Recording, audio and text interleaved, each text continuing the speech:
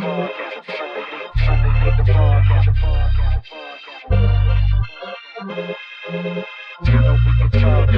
to Sunday League Podcast. You know we can talk trash. If you ain't with it, you can fall back. Welcome to Sunday League Podcast, the podcast. Welcome to Sunday League Podcast, the podcast. Welcome to Sunday League Podcast. You know we can talk trash. If you ain't with it, fall back. Welcome to Sunday League Podcast, the podcast. Welcome to Sunday League Podcast, the podcast.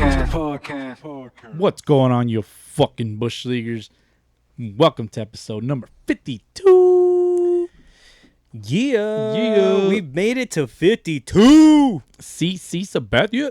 Yois Cespedes. Yoenis Cespedes. And Brad Hand, the left one. I love that. We've made it to episode 52. The same number of weeks in a year. Is it? It sure is. Nice. Yeah. 52 weeks in a year. So we've been going on for a year. You know, we've never talked about our 1 year anniversary on this pod. Yeah, we did. Did we? Yeah. We were in Arizona for that. We didn't do an episode. We were going to do an episode about it, but we never did. Yeah, we definitely were in Arizona, but we didn't talk about it. Okay, well, we've been around for a year. Yeah. And essentially, we've had maybe 62 or 63 actual including uploads, including like bonuses and all that, which I think we're due for a Sunday League banter. Yeah, overdue. Yeah. But my name is Bowski. What up? And I'm here with my motherfucking co-host, DH. That's me. And Lil Rube is MIA for today. Those are crickets. And so is Betty. Betty's not here, unfortunately, but Producer Creep, where you at, dog? Rocket fire. Hum it, baby. Baby. That's right. Yeah. So we're in the house today. It's Friday night. It's kind of hot. Is it hot today? It's a little warm, but, you know, it's just because we bring the heat tonight, Bowski. Yeah, but you know what quenches the heat? What's that? Stuff that you drink. So let's go around the horn. Some hydration. Some hydration, yeah. So DH brought some shit called jungle juice. I did. But it's not the kind of jungle juice that you had at a house party when you were in high school. No. Out of an ice chest. No. This came from Brewery X in Anaheim, California. And you know why I bought this, Bowski? Why? In honor of your episode with Halo Haven. All Angels podcast. All Angels podcast. Yeah. Congratulations on joining his podcast there. Yeah. Because the Angels are playing the Red Sox. Yeah, the bigger third finally got onto the pod. That a boy. That a boy. So, you know, I was at BevMo today, or should I say Mo Bev, no free ads. Mo Bev. I was at Mo Bev today getting some brews, and I just happened to pass by the aisle, and it looked pretty on the can, you know, it looks tropical. Jungle Juice. Hardest seltzer, 10% alcohol, bro. Oh, it really does say hardest. You know? That's funny. And it says made with real fruit. I don't think there's any fruit in this shit. No, I don't think so either. But anyway, Brewery X, we're both drinking this. Jungle Juice from Anaheim, California. Shout out Halo Haven podcast, All Angels podcast. Yeah, All Angels podcast. Daniel over there for getting Bowski on the episode. Yeah, that was fun. Like I was I was not Bowski. Okay. I was told by our boy Javi, friend of the pod, that I was just Ralph. Okay. It was like, he says it was weird listening to the episode because it wasn't Bowski, that was Ralph. We don't know who Ralph is. Like, who the fuck is Ralph? Ralph only shows up at Farget. He works at Farget. He's only that's it. Bowski doesn't give a fuck when he's in the fucking pop room. Oh, dude. Yeah, Bowski's an absolute. When he's in his cave. That's it. Yeah, I'm a little bit in between today, though. Nice and chill. It's Friday. I had a long-ass week. And it's just you and I tonight. Yeah. Rube is sitting this one out. He's got a lot of stuff going on. Yeah. I don't blame the guy because he is in the process of creating the headquarters. HQ2. HQ2. That is in the works. Yeah. I mean, I'm not trying to name it for him, but I mean, it's HQ2. Yeah. That's the working name. That's the working name. I like that, though. HQ2. Yeah. I could see that. SLHQ2. Mm-hmm. There you go. So he's a little busy tonight. So Bowski and I are going to be holding it down. I'm going to be gone this weekend. Yeah. Because where are you going? I'm going to Colorado tomorrow. Oh, homie. The weed state. Yeah, the first state to legalize the marijuana. So I have a question about What's that. Can you just like walk around the street smoking weed? Like in Colorado? I don't know. But when I went to Seattle, the first year that they legalized it. That was the first thing. One of the first things that I did is I went to a dispensary just to kind of see like what's the process like. Can I just walk in, you know, buy some mota and then just like puff it down the Dude, street? you chase that mota. Nice. And so basically you walk in, you just show your ID, make sure you're Okay. legal, and then you go choose, you know, Whatever you choose your weapon. No shit. And they tell you like, okay, don't bring it out, don't pull it out just yet, you know, wait till you get, you know, a little bit down the road, and then if you do get stopped by law enforcement, they will just tell you to put it out. Okay. That's it. Like they won't cite you or nothing. They just tell you to put it out. Now nowadays I don't know if it's different, but this was a few years back. Gotcha. So I'm sure that they've kind of tightened up the restrictions. You know, just like how you can't walk around with an open can of beer Right. out on the That makes street. sense. You probably can't walk around with an open doobie in your hand.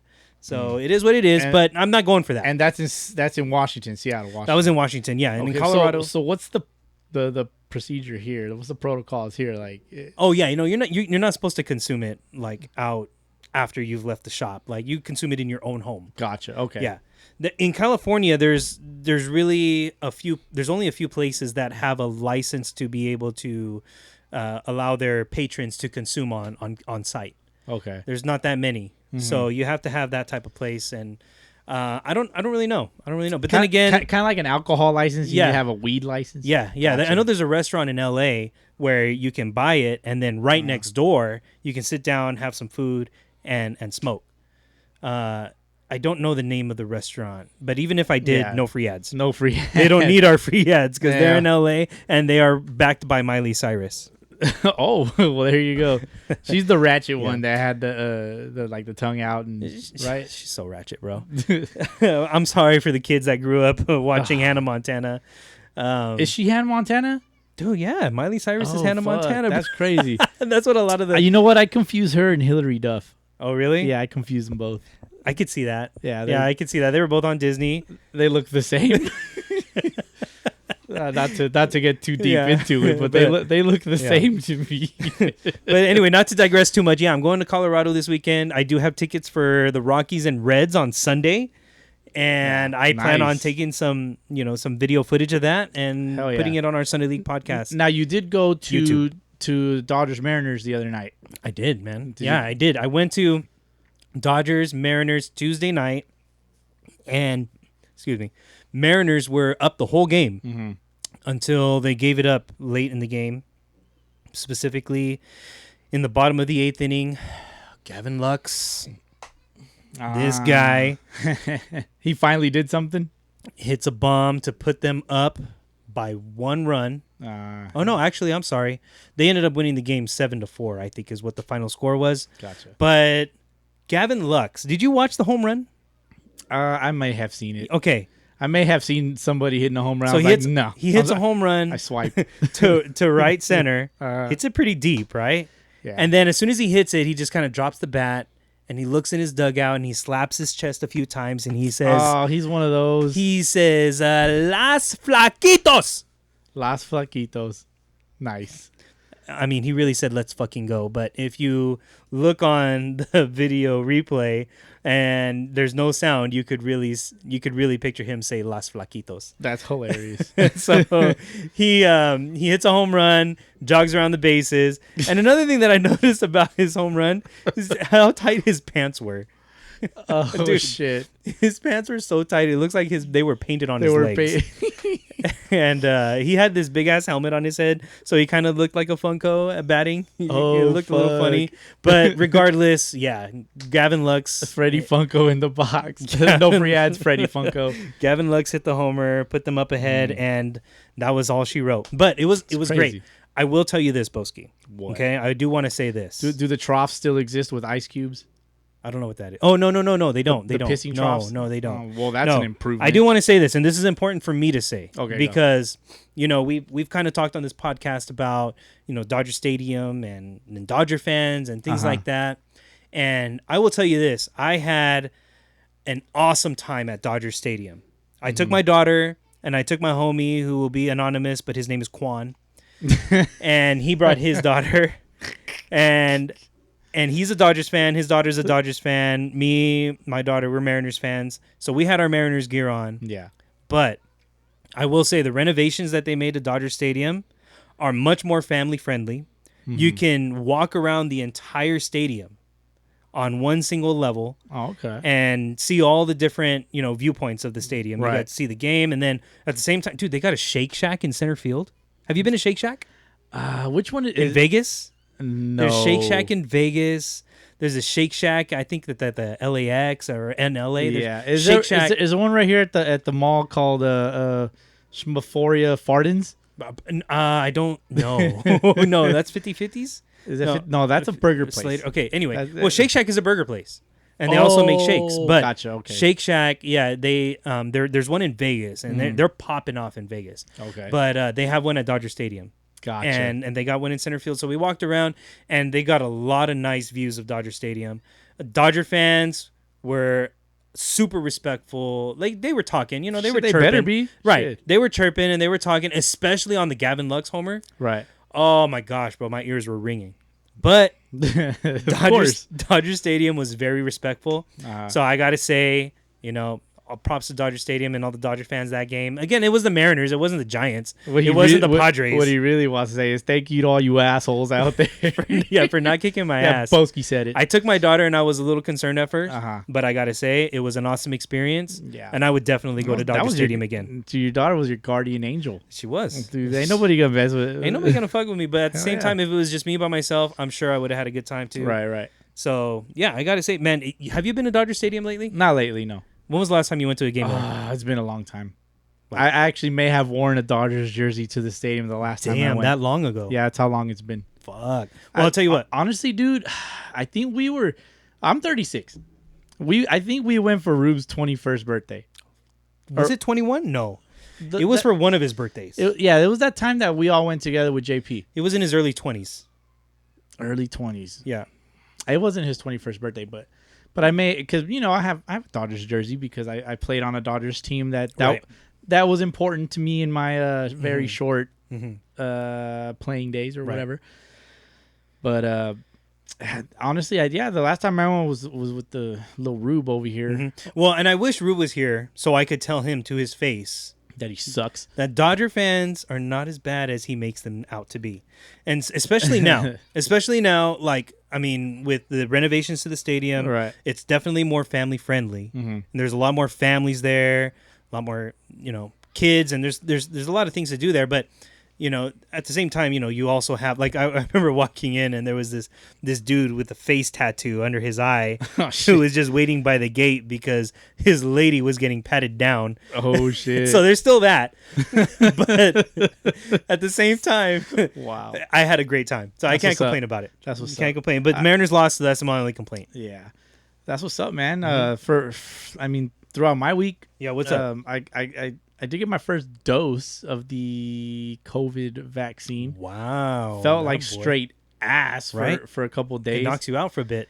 Yeah, dude. I mean, I got it, and then I went to work right after, and then I came Fucking home. champ. I came home, and I was like, ugh. It sounded like Butthead. That was not cool. Hey, Beavis, this sucks. Yeah. Fire. Fire. I need TP for my bunghole. I am the great Cornholio. Was that your wife? Pretty much. With her pregnant ass. That's right. But yeah, my wife's 14 weeks, man. Damn, bro. Congrats, man. Yeah, thank you. That's awesome. We know the gender. Not gonna say it. No, you're not going to say Not it. gonna say it. I told you earlier, but I know it. yeah, that slipped. That my wife slipped up. But you baited her. Yeah, you baited her. She slipped like a nip, but that's okay. Oh wow. So, thank you for letting But me know. I mean, along the lines of Dodger Stadium, I was able to catch the vlog that Eric Sims and Rube? I almost said his chick. That's not his chick, but Neither confirmed nor denied. nah, dude, they don't interact the same way as like Luba and Bauer. They're no. Right. That's confirmed for me. No, but that's that baseball TMZ. But they went to Dodger They Stadium. don't. They like Eric Sims and Paige Halston. don't have that type of bedroom connection I that don't you think can so. see on the video. Nah, dude, like they're kind of like a brother and sister. Mm-hmm. Like they're like it comes off very brother, and somehow they work together. Like they work well. Yeah. And they also went to Angel Stadium. Oh, really? Yeah, and the consensus between the two videos was that Angel Stadium was way better. Than Dodger Stadium or Padres? According to them. Okay. Dodgers versus Angel Stadium. Okay, Yeah, so I don't know. I mean, I guess I gotta go, right? you got to go to both, bro. Yeah. You got to go to Yeah. Dodger Stadium. Like I said, great time. I would definitely go again, and I think we should go as a pod. Maybe when the agree. Dodgers play the Astros, like Rube was saying. Maybe we should go to a Padres game like sometime next That weekend. too. That'd be cool. Oh, Yeah, like you mean when they play the Mariners? that'd be cool. We'll discuss that at a later time. Discuss. But hold on. Shit, where was I going with this? You got your shot. I got my shot, and yeah, it felt like shit. Mhm. And here we are today, There you go. and we're recording early this week because we are all busy. Yep. So this episode is being recorded on Friday. A lot of stuff happening in baseball this week, and hopefully nothing else important happens over the weekend because we Hey, won't for cover real. it till the next episode. For real. So, I mean, sometimes I'm like, man, we should wait till Sunday night baseball is over and then we should record. But that's tough, man. On a Sunday night, that shit is fucking hard. Yeah. The way we record. I did go to the Rancho Cucamonga Quakes game at the Inland Empire 66ers last Saturday because my wife got tickets, free Okay. tickets. You were complaining it was that I nurse wasn't night, right? taking It you. was nurse night. Yeah. nurse night. Yeah. Nurse and Merce night. There's plenty of Merces there too, I'm sure. Nurse night. And dude, the only thing I can say about low A versus high A is the players in low A straight up look like high schoolers. Like, Really? they just got out of high school. I can't tell shit. you how many players on the roster that I saw that were born in the 2000s, and they look tiny ass on the field. You're like, I should be out there. They look tiny on the field, dude. Except for the dude that was pitching was probably the tallest guy. 5'10". Yeah, he was probably the tallest guy, and he actually kind of reminded me a little bit of like freaking Charlie Morton. Oh, okay. Just his delivery. Charlie Morton's And- skinny. Or there was another guy pitching that reminded me of Jared Weaver.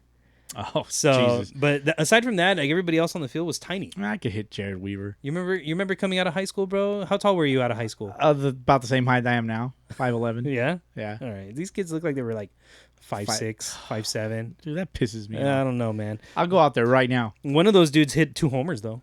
Really? One of them went to straightaway center. It was an Nice. absolute tank. So, shout out to them. Yeah, that's what's up. I mean, these kids are strong. They're ripped. They have. I'm sure now they have better nutrition. They got access to the gym, the weights, and all that bullshit. Like strength training now, like what it is now compared to what it was then. Yeah. 2 different worlds. Yeah. Two So different worlds, man. interesting. I think we should definitely hit up a minor league game as well. Definitely. I want to add something. Back to Sims and his little sister. All right. They were doing they crashed like a softball practice, like a high school softball practice at a high school baseball practice Really? right there at the Quakes. Oh no. You know how they have the side fields, the Yeah. softball fields, and they have like the bigger field down Yeah. down the way. They crashed both All both right. things. I was like, hey, I played softball there once. Slow And, pitch. and then it says Lone Mart Field on there. Yeah. No free ads. But yeah, it was cool. Like it's like they were so close yet so far away. You know. Bowski, you played slow pitch softball? I did once for one season as a favor to a friend. Me, Shit. and it was with Rube actually. And Damn. yeah, dude, Bowski. softball sucks, bro. Come I mean, on I now. could change. I played left center because that's a thing in softball. Yes, that's true. Stupid. That's so. 4 outfielders. It's either like right, center, left, and then rover, or like Yeah. left, center. Anyways, You just but, can't play the dirt. dude. I was. No, I won't. I'm sure I can catch the ball. I can't throw a softball, dude. Hmm. I can't throw it. Like you have to grab it with your whole hand. Mm-hmm. That's weird. You have to use all 5 fingers. That's weird. You know, I can't throw from different angles like I'm used to with a regular baseball, dude. Like, Come on, bro. It's like grabbing a titty. dude. Just the only Well- difference is you have to throw it. Imagine throwing a titty. No, you don't throw a titty. Don't throw titties, guys. That's awkward. If you're throwing a titty, you might want to question who you're with. Yeah, then your night is over. Oh my god. So let's get into some fact checks real quick. Bowski from God. last episode, we talked about the 1960s. If they lowered the mound, and they did, and it was in 1969. Yeah. First time Nice. they lowered the mound. Yep, the excellent year. Jake Cronenworth. Jake Cronenworth. Jake Cronenworth. Rube's all over this fool's jock about his bat to ball skills. Dude. I mean, he's not wrong. He's not wrong, not but wrong. I do have some facts because we Okay. had to fact check Okay. Jake Cronenworth. Is he as good as he said he is? Okay. So he has an at-bat to strikeout ratio of 6.0. 6 at-bats per strikeout. Okay? Okay. Now, how does that match up to current major leaguers? I will tell you that right now the active leader in at-bats per strikeout is Andrelton Simmons. He's got 10 at-bats per strikeout. So Jake Cronenworth... So he doesn't... it's saying that he doesn't strike out as much. As He often. doesn't strike out as Okay. much. Yeah, he's got 10 at-bats before Okay. he strikes out. That Simmons. That's huh? pretty awesome, right? Yeah. So Jake Cronenworth would currently rank around 24th in at-bats per strikeout for active players. But to add to Rube's argument, Mm-hmm. he did say swing and miss. It was swing and miss strikeouts. Swing and miss strikeout. Okay, Yes. I don't have those numbers. Oh, that's a deep dive into. That's too deep, bro. That's too deep for me. That's too deep. Yeah. I got to come up for If air anybody a little can point bit. us in the right direction, please let us know. But yeah, it was a swing and miss strikeout. I do have strikeout percentages. Like Okay. what percent of plate appearances is somebody striking out? The leader right now is Nick Madrigal with the White Sox. He strikes out 5% of the time. Every time he goes up to the plate, he's only striking out 5%. Jake Cronenworth It's not bad. is 25th. He strikes out 13.8% of the time. Okay. So that's 5% is excellent, bro. It's not bad. Excellent. What do you mean that's not bad? That's excellent. He only strikes out 5 times every 100 at bats. Yeah, but the top 5, nuts. I will tell you the top 5 is Nick Madrigal, Jeff McNeil is Okay. 7.4%. Fletcher. Kevin Newman 7.7, Tommy Edman 10.7, That's their boy. Whit Merrifield 10.7. Okay, You that- said Fletcher? He's we're- 14th at 12.5%. Wow. Who else? Anybody else you can think of at the top of your head that's got great bat to balls? I was gonna say David Eckstein. Hold on, let me think. Come on, who do you? I'm thinking Red Sox. Like they strike out more than not. There's no Red Sox in the top 25. Who do you think puts their bat best to the balls? That's tough? Who do you think is your best Red Sox bat to balls guy? Verdugo. That a boy. He is 8th on the list at 11.6% strikeouts. Yeah, he doesn't strike out too much. But see, here's the thing. Boom. I just as soon as you ask, I was like, oh, that's Verdugo. Easy. Yeah, and then Luis Arraez, that's another one of your guys. Oh yeah. The Twins. Oh, that's right. Yeah. 11.1%, good for 6th on It's the fucking list. Rod Carew right there, man. So there's your fact checks from last week. Another guy that's on that list for at bats to strikeout ratio is Albert Pujols. He's got 8.3 at bats before he strikes out. yeah. What the? So that's some numbers for you. Somebody out there listening who's front office in the major leagues, probably not, but that's a good number if you're looking to sign Pujols. There's this Instagram. Oh, don't look that up. No. Don't look up Instagram. But on Instagram, That's a study page. Is it really? No.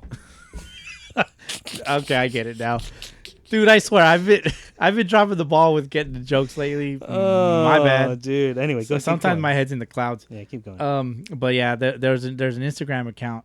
It's called Bush League. Mm-hmm. Was it Bush League 101? Bush League 101, yeah. Yeah. He was like, all right, Pujols, just hear me out. And then just says ... That shit is hilarious. He was going to try to recruit him for his Sunday Oh, team. I love that kind of shit. I mean, obviously Hell it's not yes. real, but I mean, Pujols is a guy that's available, so I also saw a graphic today that stated, I don't remember what it was, but it said that there's about 4 teams interested in Pujols right now that he's cleared waivers. let's get into that a little bit, but a little bit later. A little bit later. Yeah. So that's all I got for fact checks. Okay. Fantasy baseball update. Ooh. Shall we? Shall we? Let's get into our podcast, Sunday League, the podcast, Fantasy League. We lost last week to Again? Brian Mag's dugout. We lost to a bunch of girls. Jesus We Christ. lost just to spite you, Bowski. Shit. Fucking Girls are going to tankers. dominate this episode. I'm going to tell you that for now. But yeah, we lost last week to Brian Mag's dugout, deservedly so. Interesting. We are currently tied with the Steel podcast, and Winless. We're 1-4. We won one. Oh, okay. Yeah, we won one. So we're not dead, or are No. we tied for dead last? Well, we're last in our division, to be honest with you. It's brutal. But All Angels Podcast is leading the beer league at 4-1. Nice. Real Talk Baseball 3-2. Take a Pitch 3-2. And then Brie and Mag's Dugout 2-1. Okay. Is it 7:05 yet? Yeah, No, they're it's 2-3. 8:38. Bleachers, View from the Bleachers 2-3. Beers on the Bench 1-3-1. We're battling with them for last place. We're 1-4. Crazy. In the Bush League, the boys from Gone Bridge are doing some work. My guys. 5-0. My Bowski, guys. the only undefeated team. Bowski, Banter, Badass, Big Billy. Dick Billy Ballas. Big Dick Billy Bowers. That's a lot of B's and D's. Bees. Boxy Banter's at 4-1. Oh my god. And Pesky Pole Podcast is hitting a little bit of a rough patch. He graduated. They started. Is that what it is? Yeah, he graduated. Okay, okay. I've been keeping. Not that I keep tabs on him. That's Yeah, a poor choice. Congratulations to that guy. Of words, but hell yeah, fucking.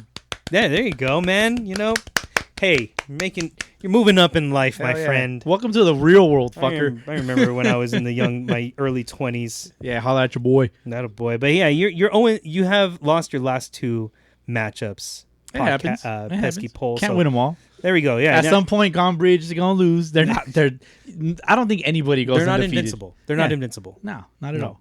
The Yips at 2-3, 3-0 Take at 2-3, the Steel Podcast 2-3, Deep Fryer also 2-3. A lot of Oof. teams tied at 2-3 in the Bush League. That's the other division. Yeah. And then the Blue Jays today 1-4. Now Who? Blue Jays today. Got it. They actually won. Wow. So there you go, Bowski. We're tied with them, huh? You know, But to- open mouth, insert foot. I mean, better foot than something else. Yeah, you're right. All right, and then let's go into our personal little podcast. We have a few. We have like two. Yeah, we have two personal personal league. ones. This is the one that we started as Sunday League the podcast, the Wake and Rake League. Wake and Rake And Beta. Boski, I got to tell you, you're in first right now, homie. Yeah, I'm a fucking stud. 4-0-1. Yeah, and I'm whooping ass 11-3 to Tijuana Dreamers. Which you fleeced, by the way. I totally You fleeced. took Mike Trout from TJ Dreamers. I didn't put a gun to his head. No, you didn't, but you took advantage of this man. No, I didn't. How dare you? He needed players that he could fill roster spots with. Really? Okay, who did Yeah. you trade for Mike Trout? Shit. Nelson Cruz. Okay. He's a bopper. Okay. Yeah, I mean, you know, like, how does I was gonna say, how does Billy Badass say it? How does fucking Billy Bean say it in the movie? He's like, we need a congregate of 357 or whatever the fuck when they're in the war room. I don't remember. He's like, I'm what's sorry. he's like, what's Johnny Damon's on base percentage or some shit like that? And then he's like, these three guys can make that. Oh. Anyways, if you've seen the movie of Yeah. Anyways, So you I digress. traded the combination of Mike Trout in 3 players. Yeah, hold on, let me pull that up real quick. I traded Jesus Christ. Okay, I traded Nelson Cruz, Austin Meadows, and Sixto Sanchez. Sixto Sanchez hasn't even pitched a game in the major league. I don't even think he's gonna pitch this year at all. How not? dare you, Bowski? What do you- How dare you? And Austin Meadows? Really? Austin Meadows is good. Really? Yeah, he's just waiting to break out. Oh, is that right? Okay. Austin I Meadows. said he's waiting to break out. So he's currently hitting. Okay, you know, actually, I take that back. You know, he's not doing too bad. No. The only thing that's wrong with him is his batting average at 208. Okay. But he's got 8 homers, 21 RBIs. That's actually, you know, He's like respectable numbers. He's like right behind Trout. Yeah, respectable numbers at this point in the season. Now So when they call up Six Toes, then he's gonna be ready to go. We just plug him right in. he has the same number of homers and more RBIs than Mike Trout. Okay, Yeah. so you didn't totally fleece. No, I TJ. traded some good All right. some good players. I some retract ball my players. statement. You didn't Yeah. totally fleece him, but I just would never trade Trout. No, That's just bad juju. Now because this league is a democracy, nobody vetoed the trade. That's true. Nobody said That's true. shit. That's true. I mean, maybe it was that low key that like maybe I'm the one. No, it popped up on my phone. Like when it okay. happened, I was at work and I was busy and I didn't have time. So to, would you have vetoed the trade? I thought about it. I will tell you that. I thought about Okay. it because I considered the parties involved. Bowski, a professional Sunday leaguer. TJ Dreamers, who's only been to a professional Sunday league game. Who is Javi, by the way, friend of the pod. And yeah, shout out Javi, by the way, man. One of our. I want to shout him out. It was his birthday the other day. Oh, really? Yeah, so happy Dude, birthday, Javi. I'm so sorry I missed it, man. I'm a terrible friend. It was on the 12th. I am a terrible friend. I owe you a smoke. Oh yeah, that's your guys' thing. Yeah, I owe him a smoke. And when some people say I don't want the smoke or you don't want the smoke, we will take the smoke. Both these guys want the smoke. So they want each other's smoke. Hey, listen, in an appropriate way, I will take his smoke. So, but but see, look at like in the same trade, the 3 guys he took, he dropped Albert Pujols, who's not playing. Okay. So like slide in Nelson Cruz, right? So that's already an upgrade. He dropped Tony Kemp, who I don't know who that is. Yeah, true. And then Austin Meadows, they're both outfielders, right? And then Zach Cozart, that guy hasn't done anything in years. So all right. Well, maybe it wasn't a total loss for TJ, but you are playing him this week, and you are that's coincidence. That's pure coincidence. You are rolling this fool into a J. Nice, because I was smoking. Get big and get long. Rube at 3-1-1. This fool pulling up Rube. third. Shout out JP. JP. The Batitude, Fotown Batitude. Shout out. That a boy. To that softball squad over there in Fontana. 3-2. IE last on the bus. My boy Quan Jarlos. And then Big Lou. That's DeQuan Jarlos. 2-2-1. 0 Lux given. That a boy with Casey. 2-3. Nice. I'm sitting pretty in 7th place at 1-2-2. Big Razor Ramon also at 2-3. Nice. Rube the captain. Ruben 1-3-1. Melapelas. Big Gammy at 1-4. Hold on, click on that real quick. Melapelas, like click on it and read the entire name. El verga larga Melapelas. There you go, 1-4. And Love TJ Dreamers winless. Oh fuck! He's gonna hey, he's gonna continue to be Austin winless. Meadows is gonna turn it around for him, right, Bowski? Correct. Right? Okay. Did you mention Frank the Tank is also undefeated? I did. Yeah, you guys are tied at first, 4-0-1. Can't wait to play him because I'm gonna smoke his ass. That boy. I don't know actually if I mentioned it, but anyway, you guys shout out Frank the Tank. Yup. Tied for first with Bowski over here. All right, there's your fantasy baseball update. I always start off pretty hot, but hey, by the way, we're also in another league with like other people. Yeah, but they don't listen to our but podcast, no, so but fuck them. No, yeah, fuck them. But I am playing you this week. Oh, you are? Yeah, and we are currently 4-4-2 in the stats. So like we're neck and neck. We're like in a complete tie.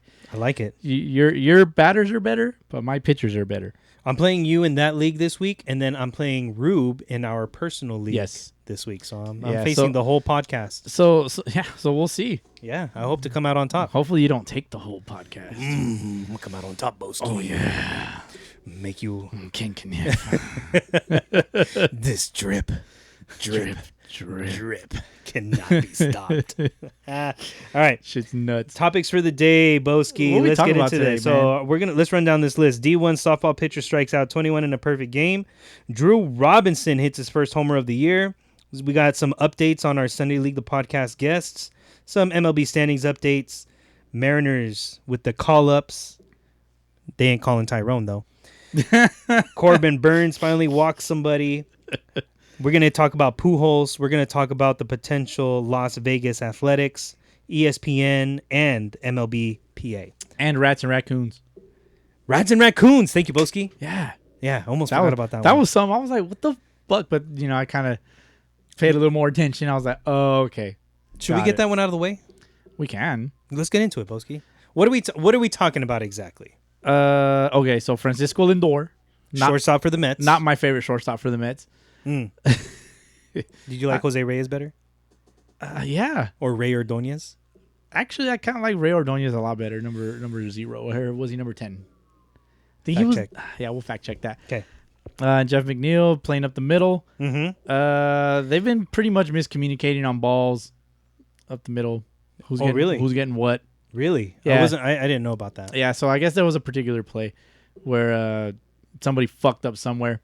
I mean, honestly, I could say that I need to go back and really like watch it. Well, you were a middle infielder by trade. By trade. But the point is that it's assumed that there was a little scuffle in their dugout in like the tunnel, like from the clubhouse or whatever. And I want to say that maybe McNeil got punched in the chin, right? And there was a scuffle and stuff. Is that the rumor? That's the rumor, right? But then when they were asked about it, that the commotion was about that. I always want to call him Jose Reyes. That Francisco Lindor saw something in the tunnel, and he thought maybe it was a rat. And he had never seen a New York rat. But Jeff McNeil was telling him that, no, that's a raccoon. Right? But the point is that they tell this fake story to the media, kind of saying like, yeah, we scuffled, but we're going to keep it in-house. So don't ask. So they're fighting. But because they're fighting, the Mets have also gone on a nice little win streak. So, yeah. So does that mean the Mets are having their own little fight night every night? Yeah, maybe. Maybe like you don't talk about Fight Club. That's true. That I didn't know about that little thing about them, kind of going at it about balls up the middle. Yeah, just maybe like I don't know. Like nobody knows what they fought about exactly. But I mean, my theory is Lindor. He just wants to be the man out there, catch everything. But maybe McNeil's just like nah, I could get that ball too, and then they just get in each other's way. I don't know, man. I don't know. From the game, like they didn't show any footage about what happened in the tunnel. They just know that like somebody saw something, or supposedly somebody saw something in the tunnel, whether it was a rat or raccoon, and that was the beef. That was the beef. Yeah. So, but really, like you can tell that they're not vibing up the middle. So maybe they had their little discussion in the tunnel, and it got heated, and then everybody ran in there to break them up because it got loud. There was, But then when the media asked about it, they gave them the bullshit story about rats and raccoons.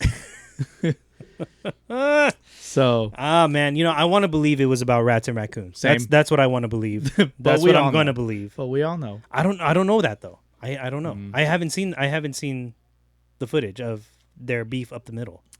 Well, what we can do is take a quick break, watch it, and come right back, and the world will never know. Sounds like a great idea. 1 winner later. And the world knows that we took a break to watch the video. And I will tell you that my perspective has changed. Yeah, we also did our cup check, by the way. We did.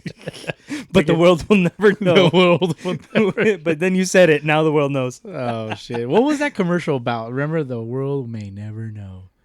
It's an old, 90s commercial, I think. I don't know, man. Damn, I don't know, man. Dating myself again. Yeah, you really are. Because, aging myself. I changed my focus to the Lindor McNeil beef. Okay. And then you hit me with that one. The world may never know. I'm going to have to think about that on my drive home tonight. Yeah. So anyway, after watching the video, yes, there's beef. There was beef, at least, in that moment. There was beef in that moment between Lindor and McNeil. Because I did, thank you to Bowski, I did have a chance to watch the video of the ball hit up the middle that they kind of miscommunicated on, and it resulted in a base hit. Yeah. Because the throw didn't beat the runner. And listening to the announcers on the game, or the commentator, as I should say, Keith Hernandez, right? Right. Keith Hernandez said that this is not the first time that it happened. That miscommunication on a ball hit up the middle has happened before. Between them. Yes. And Bowski, you made the point that they're playing on a shift. Yes. Right? Had they not been on playing a shift, had they been playing traditional fucking baseball, it's ground ball straight to shortstop. So the point I want to make on this, and we got to move on past it, is ball hit up the middle on a shift. It was clear on the replay that it was shortstop's ball, right, Bowski? Yeah, because in my opinion, it's his ball because his momentum is clearly taking him to the bag versus second baseman's going away from first base. Jeff McNeil is already playing up the middle in a spot that's outside of your traditional second baseman position. And the ball was hit to the left of second base up the middle to the left of second base towards the shortstop position, which should have been Francisco Lindor's ball, and he should have been the one to take control on that ground ball, right? As a shortstop. Yep. As a shortstop, we both Captain of the infield. we both watched this replay, and as the ball was hit, I asked Bowski, "Whose ball is this? Whose ball is this?" He said, "Shortstop." That should have been Lindor's ball. He should have gone without hesitating towards the ball, called off McNeil, made a throw to first base, and threw the runner out. But he didn't. Yep. I want to ask Razor Ramon what he thinks of that play. Razor Ramon is also a middle infielder. a former professional shortstop. Former professional shortstop. Ball played up the middle, and I know it was a shift, but yeah, you pointed it out, and after you pointed it out, I think you're right. It should have been Lindor's ball, called off McNeil, and yet after that half inning is when the tunnel drama happened. Yeah. Whether it was a raccoon or a rat or a possum, Master Splinter. there was a lot. There was a lot of. Oh, did I finally get you? That's a huge ass rat. No, dog, that's Master Splinter. And you know what? Maybe he kicked their ass. Yeah, that's true. They saw the Ninja Turtles, Master Splinter, and they're like, what? Challenged them to a fight, and they were done. That's why Conforto came back. He's like, I'm not fucking with I that ain't rat. fucking with that shit. That's Thank Master you. Splinter. Nope, Fuck nope. that. I know about that. I know about Splinter. Y'all are too young to know about Splinter. Because how old is Lindor and McNeil? They're in their 20s still. Nah, but Ninja Turtles is it's new age still. Yeah. It's transgenerational. Nice choice of words. Thank you. So either way, after watching that clip of the ball hit up the middle, there was definitely drama. You're right, Bowski. Yeah. As a ball player, there is no doubt that what happened in that tunnel was a scuffle. For sure. It was not a disagreement over whether it was a raccoon or a marsupial or a reptile or a mammal. It doesn't matter. What happened in that dugout was definitely a scuffle. I agree with you, Bowski, at this point. Yeah, everybody knows that that's what it was, but they're choosing to keep it in-house. They are choosing to keep it in-house. And just by the way, it's okay for you to change your opinion on something when more evidence comes out about it. So I was wrong. It definitely was not about that. A rat or a marsupial. Is a rat a marsupial? It's a rodent. Rats are rodents. Okay, thank you. A marsupial would be more like a koala, a kangaroo. A possum is a marsupial. Yeah, they're night dwellers, right? Yeah. Yeah. They're like night rodents. Yeah. So it definitely wasn't about that. Yeah. So I agree. You're right, Bowski. It was definitely a scuffle. You're going to look up marsupial? Fact checking us on the spot. Characteristics. The opossum is the only marsupial or pouched mammal that is native to the United States. So it's a pouched mammal, yes, so kangaroos. It wasn't that kind of debate because they're not that smart. Ball players are not that smart. You mentioned that on the last podcast, Bowski. You're like, I'm not that smart to look up some stat. I'm not smart at operating computers. There you go. So ball players, that gives you a little insight as to how we are. We don't know whether something's a marsupial or a rat, and it wasn't. Apparently, they have a pouch. It wasn't something to cause that kind of scuffle, I think. Yeah, so I agree. It was, but it was something that's been brewing. Obviously, somebody got tired. Like, hey man, stop taking my fucking ground balls. It was beef. Yeah, no. As a ball player, we watched that highlight of that ball hit up the middle. Yeah. Definitely beef about baseball. And McNeil was like, "Well, they're paying you $340 million. You can't hit the fucking ball." Fuck! Did he? Oh, dude, if he said that shit, maybe he's got some big ass balls. So that's probably why he got clocked in his fucking mouth. I saw a little shiner on his lips, just like a little mini shiner, you know. It was definitely. I agree with you. It was a scuffle. I mean, Lindor can't make contact, so he don't hit very hard. You can't tell me it wasn't a scuffle. It was a scuffle. Definitely a scuffle. I agree with you on that. But it lit a fire under their ass. It really did. What's their stats ever since that game? Okay, so it looks like, based off the quick, very fast research that we did, Lindor since then, and McNeil. Okay, and McNeil, so Lindor 5 for 16 since the scuffle, and McNeil 4 for 14. So collectively they are batting 300. There you go. And what was their? They were batting like 200 or less. A Hall of Fame career before that. Yeah. So maybe this is what it took. Yeah, and they've been winning 6 in a row. Really? I think it's probably more than that, but I have to double fact check that real quick. But yeah, so this was last week though. Yeah, but this the Mets are definitely playing better ball. Let's see. In their last 10, they are 7-3. And they lost yesterday. Okay, they Or lost today. yesterday for Yeah. the first time. But And they are sitting at the top of the National League East ahead of the Phillies. But that is based off win percentage because the Phillies have 21 wins versus the Mets 18 wins. So they won that game Friday night, the 7th, May 7th. They won it 5-4. And then they won Saturday 1, 2, 3, 4. They won 4 in a row after that scuffle, and then they lost on Friday, which is today. So they went on a nice little winning streak after that scuffle. Do you think Bowski, like, sometimes having some kind of disagreement in that way helps a team? Yeah, fuck yeah. Yeah. I think so.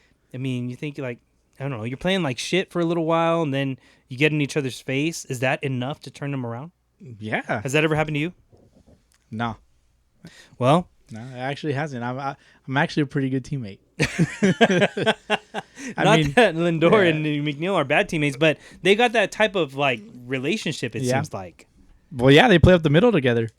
So it's like a brotherhood almost. It's like your brother. Yeah. Well, it's more like your dancing partner. Well, for us, like in playing, when I first joined your team, your double play partner was Mr. JP himself. Yeah. Yeah, and we were pretty in sync. Right? Always have been. I think that's important, though. As a double play tandem, you definitely have to have that type of tight-knit relationship. Yeah. Tight-knit. Yeah, you have to learn each other's tendencies. Like, oh, he's gonna flip it right here, or whatever. Like, And he's taking that route. I better turn a little bit more. Like, oh no, I better duck. He's gonna fire it. and that's a good point because it seems like McNeil and Lindor didn't have that understanding with the ball hit up the middle in that game. In that, yeah, and then probably previous games. So that's probably why it was all brewed up. And maybe that's all it takes. Maybe that's all it takes for the Mets to take it to the next level. I still have them as a playoff team. I think they still are a playoff team, and maybe that's... And they're feisty, man. Like, losing sucks. Yeah. Losing sucks fucking ass. Losing can suck my ass. That's weird, but... But it couldn't be said any better than that. Yeah. Moving on to another topic for today. Division I softball pitcher strikes out 21 batters in a perfect game. Yes, we are talking softball in this episode. Man, clearly I wasn't in that game. Bowski wouldn't strike out. Hell no. But I will say that if I'm gonna face a softball pitcher, I'm gonna use a softball bat. The bats are lighter. Do they have a bigger sweet spot? Yeah, they do. A little bit of a I'm longer going sweet yard. spot. I'm going yard. It's like swinging a wiffle ball bat. Where are you at, softballers? I'm over here swinging a 34-ounce fucking log. The fuck? Get this shit out of here. Here's Bowski challenging you to a home run derby. Give me that 34-20. That 34-20-ounce bat. I would Fucking love that shit wiffle too. ball bat, dude. I'd love it too, but I'm sure it's a less length to weight ratio than that. I'd be like Crash Davis. Quick bat. All right, let me touch on this real quick. North Texas pitcher strikes out all 21 batters in a perfect game. Now, in softball, they play 7 innings. How gangster is that? For real. It's the only time that it's ever happened in a Division I softball game. The pitcher's name is Hope Trotwine. She threw to 21 batters and struck all of them out in a 3-0 victory. The first perfect game in North Texas history, and believed to be the first perfect 7-inning game in NCAA Division I history, with every out being a strikeout. How about That's crazy. Damn nuts, Bowski. Them nuts. I'm sorry. How about them apples? If I were face her, she better hope she don't throw me a strike, because I'm gonna bang it. All right. So I'm curious, how many pitches did she actually throw? That's a good question. Yeah. I don't have those numbers exactly, but she is from Pflugerville, Texas. I just wanted to say that. She's from Pflugerville. And she struck everybody out. So Bowski, I don't know if it matters how many pitches she threw. You know, in softball, like You know what? I think it matters that she's from fucking Pflugerville. Pflugerville. You know what? Nobody from Pflugerville is gonna fucking strike me out. I'm sorry, it ain't happening. I hope she listens to this episode. You know what? I really reach do. out. Let's make it happen. I Sometime. really do hope she listens to this because I'd love for her to strike you out. But yeah, no, 21 up, 21 down, all by strikeout. Bowski, are you That's- impressed by that? Nah, that's impressive, eh? Yeah, it really is. It right? really is. Yeah. I'm over here talking my shit, but For those of you that don't know, Bowski's really, really a funny guy. He likes to joke. yeah, I'm a jokester. He likes to joke. He's really not serious about his baseball prowess, but he is. I'm but like he's not. I'm like a joker. I'm a joker, but I'm more like a Batman. No, but like seriously though, for real, shout out to Hope Trotwine for the strikeout record. 21 up, 21 down. From Fluckington, Texas. Pflugerville. Oh, from Fluckerville, Texas. We like to joke here on Sunday League, the podcast. We're just messing around, but They're just jokes. yeah, Don't get they're- offended. They really are just jokes. But pay attention to the parental advisory stamp on the goddamn artwork cover there. Yeah. So, but Fucking bush leaguers. it really is an awesome accomplishment in D1, especially in D1. Like Oh, softball, that shit's never happened. Drew Robinson. Let's move on to Drew Robinson. D-Row. Big D Rob. Drew Rob. Drew Rob? D Rob? No, D-Row is Mark DeRosa. That's on right. MLB My bad. Network. My bad. Take that back. Drew Robinson hits his first home run of the year.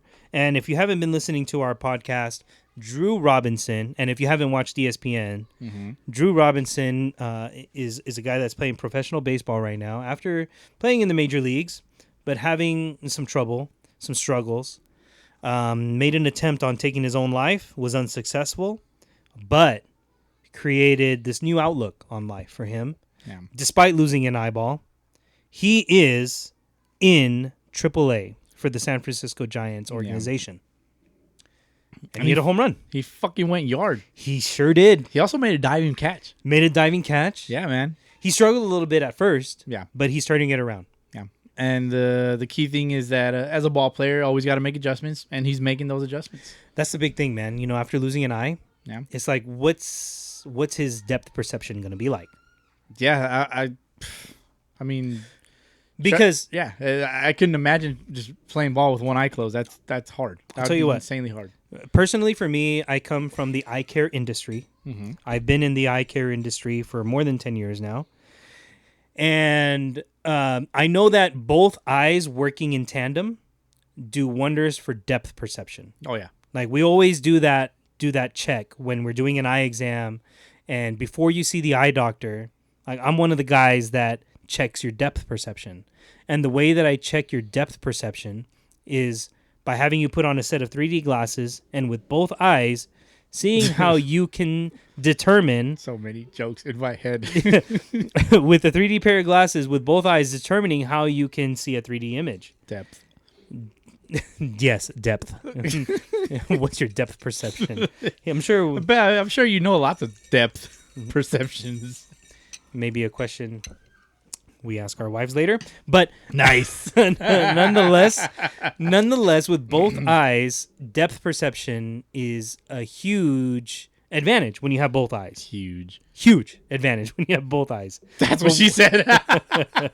When you only have one eye, One eye. when you only no, not the one-eyed monster, Bowski. Oh, my bad. I when, didn't say that. when you're only working with one eye, and in his case, he's a lefty. yeah. He's only got his left eye. That is not the dominant. Oof. That is Yeah. typically not your dominant eye as a hitter. Right. So, how does it affect your depth perception? And well, he hit a bomb. Shit. I'm over here standing with my left eye closed as a left. That's yeah. It is really tough as a lefty, and you only have your left eye. Like you really have to make sure you're turning your head to see Yeah. the pitcher. And then you throw out all those numbers from that you threw last week with the umpires, or was it? I don't know if it's The time that it takes, like the 400th of a second. Yeah, like with one eye. Mhm. I mean, you got to make your decision twice as fast. Right then and there. Yeah. And Drew Robinson hit his first home run for the Sacramento River Cats on Tuesday. On Tuesday in Las Vegas, on the 11th, his hometown. the 11th, right? Mhm. Yeah. So shout out to Drew Robinson. He probably does not listen to our podcast, but We're rooting for him. Yeah, maybe we'll reach out one day. We're rooting for him. Yeah, definitely. I mean, I really hope that he does well and he's able to make it to the Giants' major league roster and beat the Dodgers in There the you division. You know, for Rube's sake, For Rube's sake. or maybe not for Rube's sake because he's a wannabe Dodgers fan. And I'm just kidding. He's not wannabe. He is a Dodgers fan. Yeah, but he doesn't punch people in the face, I guess. No, he doesn't. He has to jump.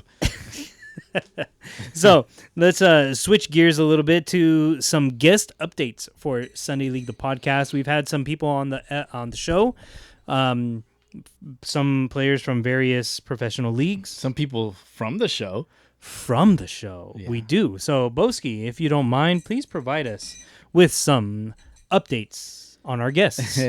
All right, so our first guest last year was Jesse Chavez, Jesse Chavez, local legend, hometown Yep. hero. Yep. From Montana. Yeah, he for 2021 he did sign a minor league contract with the Angels. He did. Yeah, unfortunately he was released, but looks like he signed on with the Atlanta Braves, and he's now at their alternate site. Nice. Yeah, so good for him. I mean, I think at this point you really have to just be the best pitcher you can be.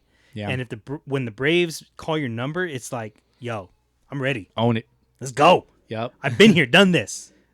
yep. Let's go. That's what's up. Attaboy. All So right, yeah, nice. good luck to him. Hopefully he gets the call up again. Yeah, it'd be nice. Yeah. And who else we got? Our boy Casey. Oh, yes. He is the Rancho Cucamonga Quakes the Rancho Chooks. clubhouse manager. So he is the Quakes clubby. Their season's about to start, so he's doing his thing again. The season has started. Yeah, and I'd like to apologize to Casey because I did invite him over to have a couple of beers, watch some Sunday Night Baseball, and I had to cancel on him like almost at the last minute. Dang. So Bowski? yeah, this happened a couple of weeks ago, but yeah, I haven't forgot. I feel bad, but I mean, I don't feel too bad. Like I genuinely had to cancel on him. Oh, I'm sure it So was. apologies. I'm sure it was of the utmost importance, and Casey would understand. Yeah, But yeah, it would be awesome to get Casey on here one day again, In house. Now that he's in the area. live and in person. I hit him up when I went to the 66ers game at home in San Bernardino against Rancho, Oh, okay. and he wasn't with the team. So I told him, I was like, "Yo, I'm here at the game. Are you here?" He's like, "Nah, bro." I'm like, "All right, well, next time." Did the 66ers open up with the Quakes? I don't think so. Then that's why he wasn't there. Oh, okay. Because if the 66ers weren't playing the Quakes. No, they were playing the Quakes, but Oh, okay, in okay. San Bernardino. Oh, that's weird then. It was a home game for the 66ers. Yeah. Oh, well, I don't know. So, I just assumed the clubhouse manager role. I thought that's what I said. Yeah. I assumed, and He's like, fuck that. It's my night off. Yeah, I'm gonna go have some beers and watch some baseball, but then they're gonna cancel off me. fight night. Yeah, for real. I hope he got fight night. So anyway, well, we'll have to catch him at Rancho. Yeah, for Right sure. now, this weekend, Uh-huh. they're playing the Modestis Nuts. These nuts. I wonder if he smiles to himself I hope he does. when he sees the name. I hope he does. the Modesto After he Nuts. hears this, he will smile for the rest of his life. He shouldn't admit it though. He's a clubhouse manager. No, he You could- need to be professional, sir. Yeah, but if you come here, don't be professional, please. For real. Casey's great. Shout out Casey. Razor Ramon. The Razor. Yeah, he started playing Sunday ball. That a boy, man. Yeah. He's way ahead of us. Yeah, he is. He really is, and I mean, he clearly wants it more than all of us. So he's playing some ball. What are his stats looking like, Bowski? So looks like he's 2 games in Uh-huh. because we play weekly. All right, Razor. All right. What we got? All right, so in his first game, Uh-huh. he went 1 for 2 Okay. with 2 walks. Uh-huh. That's all. Why are you walking in the Sunday leagues, Razor? Bro, come on. They don't throw strikes. I guess. Second game went 3 for 4 with 2 walks. Okay. 2 walks still? Damn, how many plate appearances, bro? What was the score? All right. Well, in the first game, they lost 11-3. Oh, shit. All right. Second game, they won 13-6. There you go. That Fucking boy. mollywop. 3 for 4 with 2 walks. Any extra Yeah. base hits? It is not specified here. Okay. Come on now, Razor. You got to give us the down and dirty, It homie. seems like he's a singles hitter now. All of a sudden. Just warming back oh, up. all of a sudden. You hear that? You hear that? But his on base percentage is pretty fucking high. Yeah, for real. But we need those extra base hit numbers so that we can figure out your OBP. With those walks, OPS, better, your OPS. My those bad. walks better have been with the bases loaded. Ooh, get some ribbies. Nice. Hell yeah. I also want to know if like he batted leadoff or if he hit ninth. Like, I gotta Where'd know. you hit? Yeah, I gotta know. Did he throw? I don't know. All right. We'll have to find out. We'll have to find out. For real. Yeah. Who else we got? Santiago Chirino Chichi. What up, Chichi? Looks like he's playing with the New Jersey Jackals independent team in the Frontier Baseball League. Nice. Their season's about to start up, Nice. so got 0 numbers on him. All right. It's coming up soon, though. Yeah. Who else we got? Alex Bentley Bentley. He's coming out with that show, right? on deck. On deck? Yeah, shout out to him. He last night was May 12th Mm-hmm. or May 13th. Mm-hmm. Yeah, Yes. May 13th. He finally finished his show. Mm-hmm. Had his world premiere. Mm-hmm. Red Nice. carpet thing and everything. Deep Fryer was there. Deep Fryer was there, so Shout out Deep Fryer. Yep. amongst other folks. Mm-hmm. And so shout out to Bentley and the crew Yeah, man, that's awesome. with the On Deck series. And I mean, if it makes it big, whether it's Netflix, HBO, Hulu, yeah. Amazon, YouTube. Well, as far as the release date, Uh-huh. sounds like it's gonna be on HBO. Oh, really? HBO, so that's dope. Nice. I have an unofficial release date, okay. but if you listen to the interview, Uh-huh. you can figure it out. All right, there when, you go. When the release date is. Go back and listen to the Alex Bentley episode Yeah. and find out for yourself. I'm not gonna tell you the release date. All right. Keep it close to the chest. Yeah, We got to get him back on at some point. for real. I don't want to give out too much info. I might get yelled at. You're not part of the release party. No, I'm not. Neither of us are. Which is fine. But Right. and one of our final guests, our most recent guest that we had on was Jose El Manny Rodriguez. What up, El Manny? Yeah, I mean, probably the best player the world has never seen. That is an awesome title. Yes. Yeah, best player the world's never seen, but he is playing still Yeah. in Mexico, Yep. right? And the LMB. Liga Mexicana de Béisbol. Yep. You know what? It just dawned on me. Like, I love that it's the same letters as the MLB. Oh, I didn't even notice LMB. that. I didn't even notice that. Yeah. But yeah, for real. So the league's about to start up. I know they're playing some preseason games. Yeah, it seems like they're about to start like a preseason tournament or something like Right. that. He's playing with the Zaraperos de Saltillo. Not a boy. Yep. Yeah. So he's back out there balling it up. Can't wait to get him back on the podcast Hey, as man, well. like I could tell you this much, man. The dude looks like a fucking athlete. Dude, he really is. He looks the fucking part. You shook his hand, right? Yeah, dude. I'm telling you, I would love to train with this guy someday, like for like an extended amount of time. You got to. Yeah, I need to get my shit together. You really got to, man. So So yeah, I mean, shout out to all our guests that we've had so far. Our official bush leaguers. unofficial or official? I mean, they're not bush leaguers. They're definitely not bush leaguers. Professionals, Yeah. making it in the game. So shout out to all of them. We wish them all the best of luck. Really. Yeah, definitely. We're watching. We're keeping tabs. Yeah. But no pressure. Just do what you do. Do what you Just do. do what you do. Who gives a fuck about what Keep we doing think? what you're doing. I mean, Shay, we saw you. We noticed you. Exactly. So moving on to some MLB updates, we want to run down the standings real quick as to who's where. Seattle right now, they're playing right now. It's Friday night. Jared Kelenic hit his first home run of his major league career. It's about time. So yes, it is about time. But right now, Seattle is up 7-1 over the Indians. Nice. So looking good for Seattle. Right now they're playing about 500 baseball. So they're right around like a wild card type of thing. As a matter of fact, Jared Kelenic has gone 3 for 4 tonight with Very 3 nice. RBIs and a homer. Nice. He's got a double, a home run, and a single. He's actually a triple away from the cycle. Oh. He's probably not going to get it, because it's already the top of the ninth. Seattle's probably going to close it out. So Jared Kelenic makes his major league debut. We're going to get into that a little bit later on.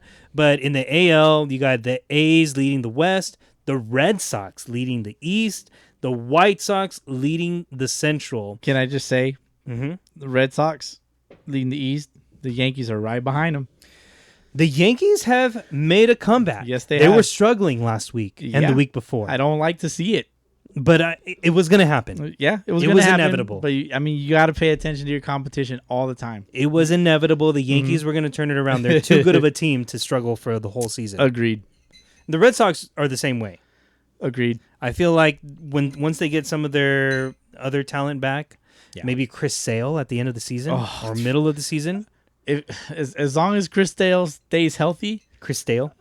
as long as he doesn't go stale, I can't fucking wait till he goes. Dude, back. it's like that'd be like a free agent pickup for you guys. It's gonna be so Soxy. Like twice. So Soxy. If you don't know about Soxy, look up Soxy Time on all of your podcast platforms. Yes. But yes, the Red Sox are leading the East. It's a little unexpected for me.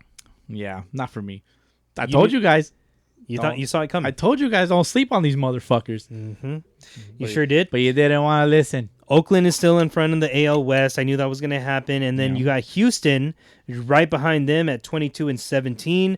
The Yankees, like we mentioned earlier, at 21-17. And a half game behind the Yankees is Toronto in the AL East at 20-17.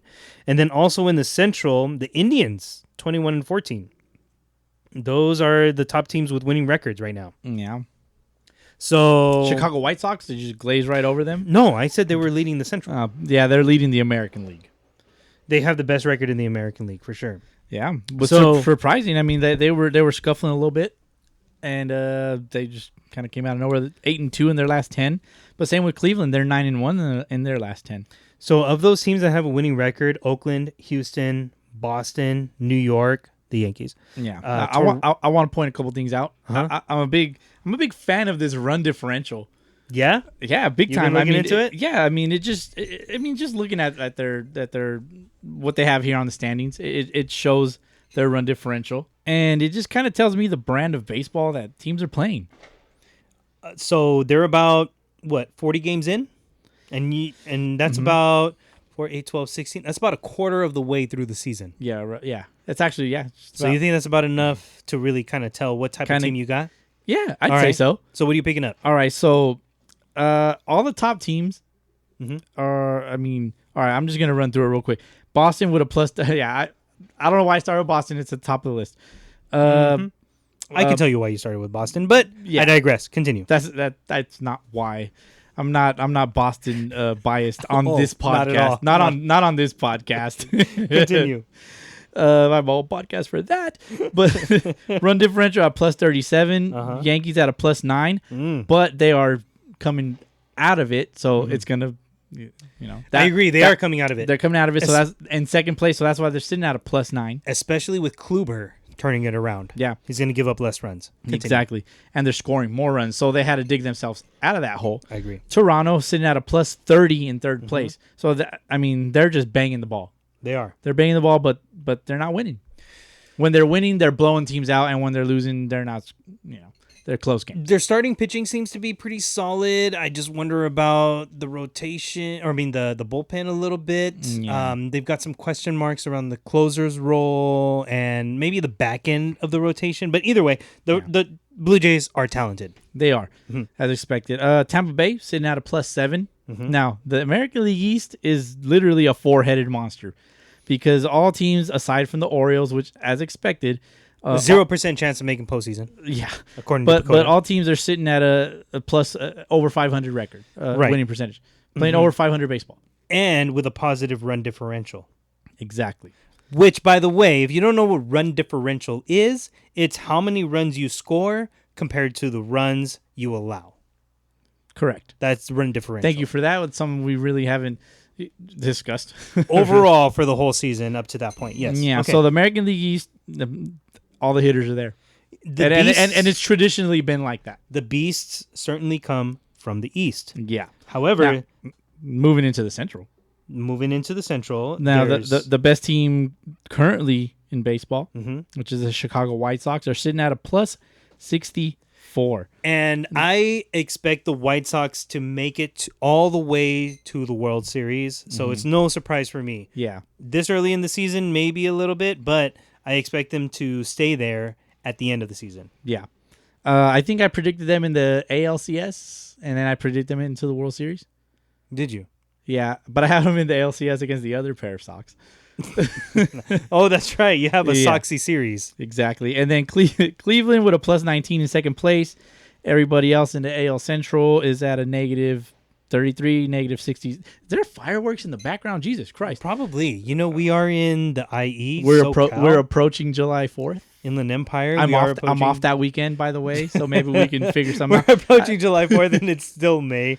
Yeah, for real. If you live in the IE, specifically San Bernardino County, because Riverside County has disallowed fireworks. Really? Yes. I get a nice show around here, so you guys are invited over. Believe for, me, San Bernardino County, if you live in San Bernardino County, oh man, 4th of July is a spectacle it's to dope, behold. especially in my hood. Mhm. I get fireworks. My neighbors in the front, they like to burn their money. Yeah. The neighbors in the back like to burn their money. Yeah. And I like to just watch their money Yeah, burn. the only problem with 4th of July, though, in San Bernardino County is the differential. How do you differentiate a firework from a gunshot? So, Wow. there you go. Speaking of differentials, Keep going, Bowski. in the AL West, this one's kind of baffling to me. You have Oakland sitting in first place, 24 and 16. The second, they're tied with Boston, right? They're sitting at a -8 run differential. Yeah, That's just- that's a little surprising. It's a little weird. It is a little It's surprising. a little weird. Yeah, Like, but that's kind of the outlier, I think. I here. think it just kind of outlines a little bit their offensive abilities and the pitching. They have the talent for pitching. Yeah. It'll turn around maybe towards the latter end of the season. Yeah. But for now, yeah, I expect them to win the division. Dude, I don't know. Petit and Diekman at the end of their bullpen. Oh, God. And they had Rosenthal before he hasn't pitched the fucking inning before this he's year, been so. lost for injury. So, I mean, but, below them in second place, Houston with a plus 51 run differential. Yeah. I mean, they're either stealing signs or they're actually kind of good. well, I mean, you can fight me if you want You to. can go either. You're really good. You can go either way. But I think the Astros do have a good offense. They always have They've had a good always offense. had a great offense, and especially Exactly. with Yordan Alvarez turning Oh, it. dude. You dropped his ass on your fantasy team. I don't know why. You know who picked him up? It was it you? That was me. Yeah, Thank I you. figured. Yeah, thank you for Yeah, that. but you know who's sitting in first place? That was me. So you clearly did not need him. But But I mean, he didn't do anything for me, so I was like, "Well, what do you Yeah. do?" And, But and he was clogging up my DH slot, so have him clog up your DH. well, slot. clearly Jose Altuve has moved past his birthday bashing. His birthday bashing. Thank Fuck. you. He's clearly moved past that. He's getting a little more comfortable at the plate.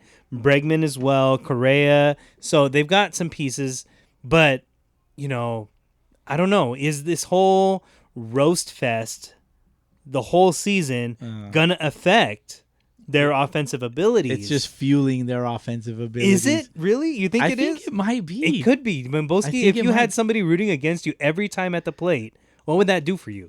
Oh, dude, it's gonna increase my Really? fuck you factor. Right? Yeah, dude. Do you think like, the Astros it's have like, that? I'm gonna look at you like you're the one in the stands. I'm the one down here. I think Go fuck clearly yourself. Correa has that fuck you factor. He always has. He's always had Yeah, it. he's always had it, got but- it. but- Bregman has it. But see, I like Bregman's. I like his game. Yeah, and like his game. I'm starting to like it a little bit more with a lot of these other ball players being a little more extravagant in their home run hitting, like the bat flips and all that. It makes me respect a lowlife like Alex Bregman a little more because he doesn't throw his bat. See, He goes in the dugout and he stares in the camera, and that's it. And it's like, how? Okay, I can't be mad. Shit. I You be can't mad hate at on that. it, dude. Like, no, he doesn't throw his bat. He now, runs the bases, Let me clarify. and he does his thing. This isn't an Astros No, love it's not. podcast. It's far from it. Not at all. Far from it, but But you have to give credit where credit is due. exactly. And I think the Astros deserve some of their offensive credit. Yeah. Their pitching has been a bit of a question mark, and I thought it would be because Verlander was gone. Yeah. And they also lost Garrett Cole, obviously. Keuchel is gone. Yeah. So, but you got guys stepping up like Garcia. Is his name Javier Garcia? That probably. No, Christian Javier. I think you're thinking of Christian Javier. No. There's a Garcia. Is there? Which his name is Javier Garcia, I want to say. And then there's also a guy with his last name, Javier. Yeah, Christian Javier. I'm gonna fact check this right now and, on the spot. And they have Framber Valdez coming. He's ready. He's getting ready. The Astros have pieces coming up in their pitching rotation to, fill those gaps. So Luis Garcia is the guy I'm thinking of. Luis Garcia. What a basic name. Luis Garcia, as well as Christian Javier. Not Javier Garcia. It was Luis Garcia. Got it. Christian Javier, Zach Greinke, McCullers Jr. I fucking forgot about Greinke. McCullers Jr. is still there, Oh, shit. as well as Jose Urquidy. Urquidy's pretty good. But those guys, Garcia, Christian Javier, Jose Urquidy, are the ones picking up the slack and for the rotation. don't forget about Framber alert. Framber Valdez. Framber Valdez. Yeah, dude smacked his pinky. I don't know how he broke his pinky, but he broke his throwing pinky on his left hand, and he's in a. They were gonna do surgery, and he opted not to do surgery, and now he's gonna throw some bullpens. He's got about a month. He's about a month out or so. And so I mean, look out. Yeah, look out. Yeah, for sure. And he's out there jerking off one-handed. So moving on to some of the other updates. Well, I mean, like you could look at my hand. Look at my hand. Why? I don't want to look at your hand doing that motion right now, Bowski. That makes me feel a certain way. Yeah. Well, I mean, just to finish off this run differential AL, bullshit in the National League. Run differential. No, right. AL run differential. We're talking about AL so far. So far, yeah. We haven't talked NL yet. Yeah, just to finish it up. Yes. In the National League, New York Mets at a +3, but they're at the top winning percentage wise. Phillies 21-18, they're at a -1. So I think they're crawling out of their fucking hole. The Braves at a -18, they're in third place, 18-20. But the Miami Marlins with a +14 run differential at 17-20. So careful with them; they're gonna score some runs on you. Jesus Aguilar is tearing it up. He steals signs. What? Yeah. Where's my X-Files? Betty, where you at, dude? Where you at, Betty? What? So, I mean, it's not like Astro style, but remember when he pulled like the little card out of dude's pants, like kind of maybe like a month ago? No. So you know how players keep their card in their pocket? Well, he reached in and pulled one out. You didn't see that? I didn't see that. I'm sorry, I missed it. Okay, well he pulled out one of the cards. And he just kind of looked at it real quick, and then I think they were just like, "Hey, give me my card back." But maybe it was yesterday. You know how catchers have like the wristband that like flips up. Yeah. Okay. Well, the catcher like walked to first, or he got on first base somehow, and Aguilar just walks over and he just flips it up, and he looks at it, and the guy just gives him a dirty ass look, like, "What the fuck?" For real? You haven't seen that? No, I haven't seen it. I'm sorry. Oh yeah, dude. I thought he was just. Well, I mean, like, maybe that's his personality. Clearly, he's fucking around, but like, is he? Yeah, exactly. Like, is he really? Like, that's probably going to make people a little more cautious around him now, especially for the fact that he's gone 3 for 5 yesterday, 2 for 4 the day before, 3 for 4 the day before, 1 for 4 the day before, and in between those 1, 2, 3, 4 games, he has gone 5, 8, 9 for 17 with 3 homers, 7 RBIs, and 4 runs scored. Bro, really? Yeah, he's on my fantasy team. That's what I was going to say. Like, he's clearly on your fantasy team. So, I don't know. Jesus Aguilar turning it around for the Marlins, maybe contributing to their positive run differential. Yeah, look that shit up a little later, dude. I will. And those listening to this podcast, look up Jesus Aguilar and his last at-bats. I'm interested to see if you picked that up too. And, Juan Soto and the Washington Nationals at a -5. Juan Soto was injured for a bit. Yeah, the Nationals have been playing hurt for a little bit. They've been playing hurt, but Strasburg. Strasburg's out. Strasburg's on one of my fantasy teams. Scherzer just had a baby. He dealt and then went to go have his kid. Like, he just left the stadium. He's like, "I'm out. Peace." No, his wife, by the way. Fact check. Yeah, fact check. Shout out to all the ladies having babies. All the single ladies too. With guys that have 2 different colored eyeballs. I wonder what color your eyes your baby will have. We'll find Oh out. shit, one or the other. Imagine it comes out with like a third color that's not even the Third eye. Oh shit. Anyway, no, that's not you, Scherzer. Keep going. He comes out a Cyclops. One eye. Joke's on you, Dad. One-eyed monster. St. Louis 23 and 15 plus Mike 27. Wazowski. I was sorry. on a magazine cover. All right. St. Louis sitting at 23 and 15 plus 27 in the central of the league from the national side. Yep. Everybody else is sitting at a negative with almost a losing record all the way across. Now, Except for St. Louis, of course. St. Louis, yeah, Milwaukee is at 20 and 19, but NL West, who's on top over there, Bowski? Some really big men. They're also known as giants. Definitely not midgets. Oh my god. the anti-midgets. The San Francisco anti-midgets. Looming large. The Oppo midgets. Oh, man. Yes, we're talking about the Giants. The midget antonyms. All right, I'm done. We're done. Yeah. Keep going. The Giants, 23 and 15. With a plus 32. I mean, they're sustaining it Really, though? some way, somehow. Like, is Kevin Gossman that good?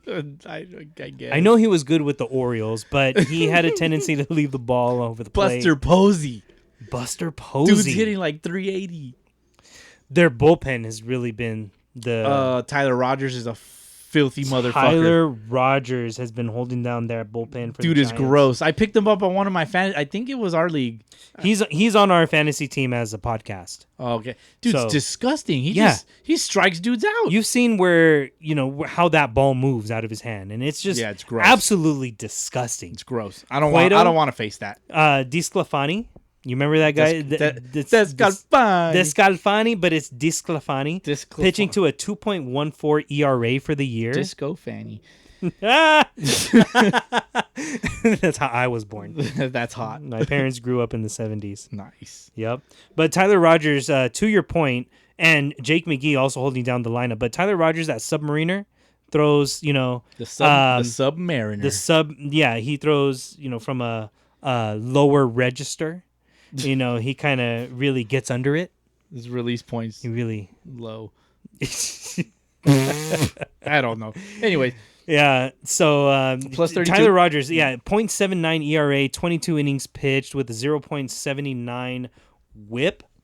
The pitching's, I think, been the trick, and as well as timely hitting. Yeah. Evan Longoria and Buster Posey are kind of having renaissance seasons for them. yeah, it's good to see.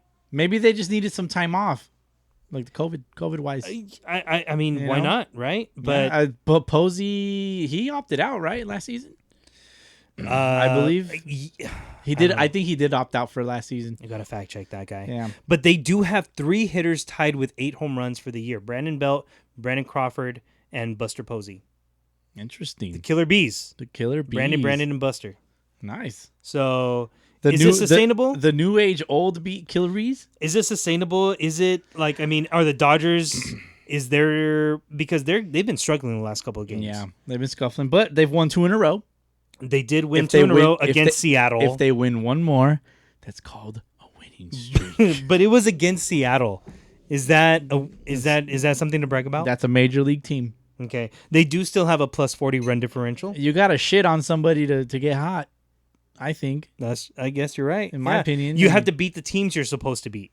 Yes. So there you go. That's what they're doing. Yep.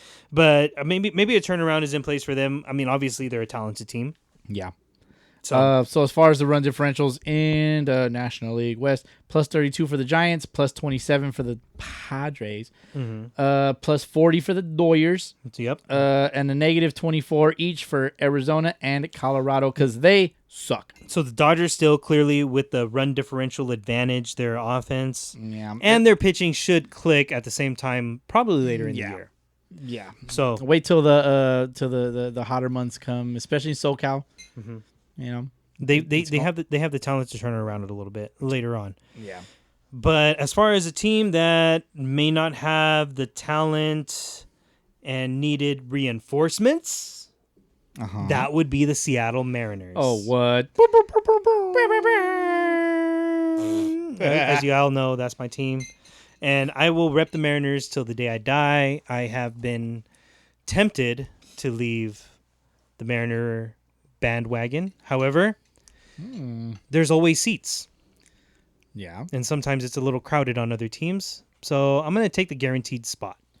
And I will always take the Mariners every single year. And this year, we're looking at a potential turnaround. Right now, the Mariners are sitting at 19-20. And if they win tonight, they will... Oh, actually, they did win tonight. So therefore, they are 19-20 after tonight's win. But they did call up Jared Kelenic and Logan Gilbert. On our last podcast, we talked about Jared Kelenic a little bit, whether the Mariners were going to call him up.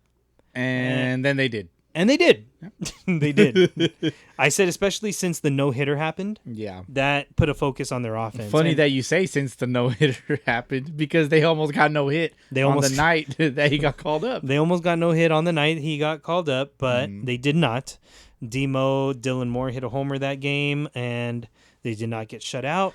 At least. And they won tonight on a homer by Jared Kelenic. So, I mean 500 ball's cool. One more win and they'll be playing 500 ball.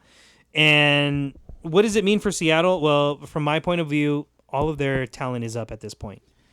Yeah. Most of their talent is up at this point. They've got a couple of the guys that they're still kind of waiting on. Like, for example, Julio Rodriguez, who's playing in high A, and Noelvi Marte, who's playing low A. They're a long ways away probably from the major leagues. Yeah. But their top talent that has been in their minor leagues is up now. You have Justice Sheffield. You have Justin Dunn. You also have Logan Gilbert up. And he started last night, right? He started last night, and he didn't do too well. Pitched 4 innings, struck out 5, no walks. But as far as offense, you've already got Kyle Lewis. You've already got now Jared Kelenic. You've got Evan White and J.P. Crawford, Dylan Moore. A lot of your young players are up at the major league level now. So what does this mean for the Mariners? Well, it's make or break. Make or break. It's make or break. And they got to make it happen. The captain at the helm is Kyle Seager. Kyle Seager and Marco Gonzalez, the 2 veterans on the team. Yeah. Whether they're overpaid or not is to be determined by the end of the season, I think. Speaking of Marco Gonzalez, check out the YouTube day 3 of spring training. Is it up now? It will. Yes, it is up by the time this uploads. It is going to be up. It is just done. I haven't seen it yet. No, you haven't. A lot of the baseball player or people that follow baseball have heard about Jared Kelenic coming up. And yep, he's a talented player. Have you seen his at bat, Bowski? Have you seen the way he bats? No. Have you seen his batting stance? No. You should watch it. Okay. It's very rhythmic. Okay. His batting stance, almost like a predator hunting a prey. Well, yeah, you have to be a predator in the batter's box. Exactly. If you don't walk into the fucking box with that mentality, you're done. He's got a little bit of a rocking chair type of approach in his at bat. So I'm interested to see what you think of his approach as a hitter. So yeah, the Mariners are calling up their players right now, and it's make or break this year. It's about time. Yeah, it's this year and next year and maybe the year after, and that's our window. Yeah. So we'll see what happens. Should be fun. I mean, the Mariners got some nice uniforms, man, and they got it's like the variety of their uniforms. It's nice. I like. It's sexy. Yeah, it is. It's inspired the colorways in my new house. Did it really? In a way. Nice. Yeah, that's how it should be. We'll see what the navy blue, the northwest green, and the white does. You're going to have a northwest greenhouse? I don't know, man. We'll see when HQ3 comes to fruition. Be like, oh, yeah, that's fucking DH's house right You can tell. Like, we're here in the pop room at Bowski's HQ1, and you can tell it's a Red Sox / Star Wars / Marvel / straight up nerd shit. Well, I mean, speaking of like HQs, like I'm gonna start my my overhauled HQ in the garage. Yeah, soon, and it'll have a Red Sox flair. Definitely. One of the walls is painted red. Candy apple red. Candy apple red, I don't to give be a fuck. specific. I don't give a fuck what anybody says. That's a dope ass name for a color. Candy apple red. You know, if Bowski were to have a porn star name, What? it would be Candy apple red. Candy apple red. Interesting. So anyway, yeah. So you got your own flair. What do you think Rube's HQ2 is gonna be like? You think it's gonna be all dodgered out like a Dodger cave? There's gonna be hints of blue, I'm sure. Yes. The Dodgers threw up all over that already. I mean, they shit all over his wall. The Dodgers are like, we're gonna shit Dodgers all over this. I'm interested to see what HQ2 is gonna be like, Rube. If you're listening to this episode, Yeah. we're wondering, we're thinking. So HQ3, there's no mystery. There's no mystery. There's no there. mystery. You already know what you're getting Yeah, yourself there's a little into. mystery with HQ 1.0. Wait, 2.0? No, wait. 1.1. This is HQ1. This is HQ1, so it'd be HQ 1.1. 1.1? Mhm. Okay, then 1.1 because it's gonna move out of this room at some point. Ooh, all right. Yeah, it's gonna move out of this room at some So point. look out for that. So yeah, Seattle, they got their best prospects coming up. You know, I expect them to perform this year and next. It's make or break. Yeah. We got to make something happen. Well, hopefully, It's been man. since 2001 since we made the postseason. If we don't make postseason this year, 20 years. Yeah. Extending a professional sports record. That's tough, man. That's tough. Bowski, You know, it's your window. you were born in 85. I was born in 85. You know, you don't Ni- remember 86, 1985. For all you young ass motherfuckers out there. but yeah, before the 2000s. So, but you don't remember in the 1986 World Series. You were a year old. The Red Sox made the World Series in 86. Mm-hmm. And they also made the World Series in 2004, Which we won. 2007, Which we won. 2013, Which we won. 2018. Which we won. 5 years Uh-huh. you've made the postseason since you've been alive. I'm spoiled. You sure are. I'm very I'm a little spoiled. jealous. I've been spoiled my entire life. I'm used to it. I am that I will jealous. continue to be used to it. I am that jealous sibling. Rube has had a World Series in 88. Yeah, he don't remember that. He doesn't know that. Nah. 87 too or no? No, it's Did just they- 88. Just 88. Okay. Mhm. And then 2020. 2020. Also 20. Oh, well, if we're talking World Series yeah, appearances. World Series appearances. Yeah, because 17, 18. 17, 18, and 20. And yeah, you guys, both of you guys combined 9 World Series Yeah. for your team. That's crazy. I'll never know how it feels. Oh, my God. I'll never know. I'll never know. I just want to tell you guys, I'm just like, I'm just happy for you, okay? Like, I'm always the bridesmaid, never the bride, but it's okay for me. You Hey, know, man. 'cause I'm happy. I'm happy. Single and alone. Forever. The fuck? I love All it. right, moving Hey, on. man, but just open invite. You can always vacation in the nation. Thank you for the invite, Bowski. Thank you Yeah. for the invite. I'll always be tempted. For sure. All right. Corbin Burns strikes out 58 batters before he walks a guy. That's a lot, dude. That sure Dude, is. the dude just shoves. He sure does. He says, here, hit it, bitch. And then they don't. Shoves it up your mouth. So 58 strikeouts is a regular season record. That's crazy. At any point in the regular season. And he did it to open up the season. He did it to open up the season. You know what the record was to open a season? 52. 51. Okay. It was 51 to open a regular season by, do you know who? Nolan Ryan? No. Okay, one more guess. Give me an era. 2000s. Halliday. No. Okay, I give up. It was Kenley Jansen. What the? Damn. I would have never guessed. The old mark for most strikeouts, now this is from Barons.com. The old mark from most strikeouts starting a season before issuing a walk was to the Kenley Jansen, who struck out 51 batters in 2017 before he walked somebody. Now, at any point in a regular season, it was 57, which belonged to Adam Wainwright. Nice.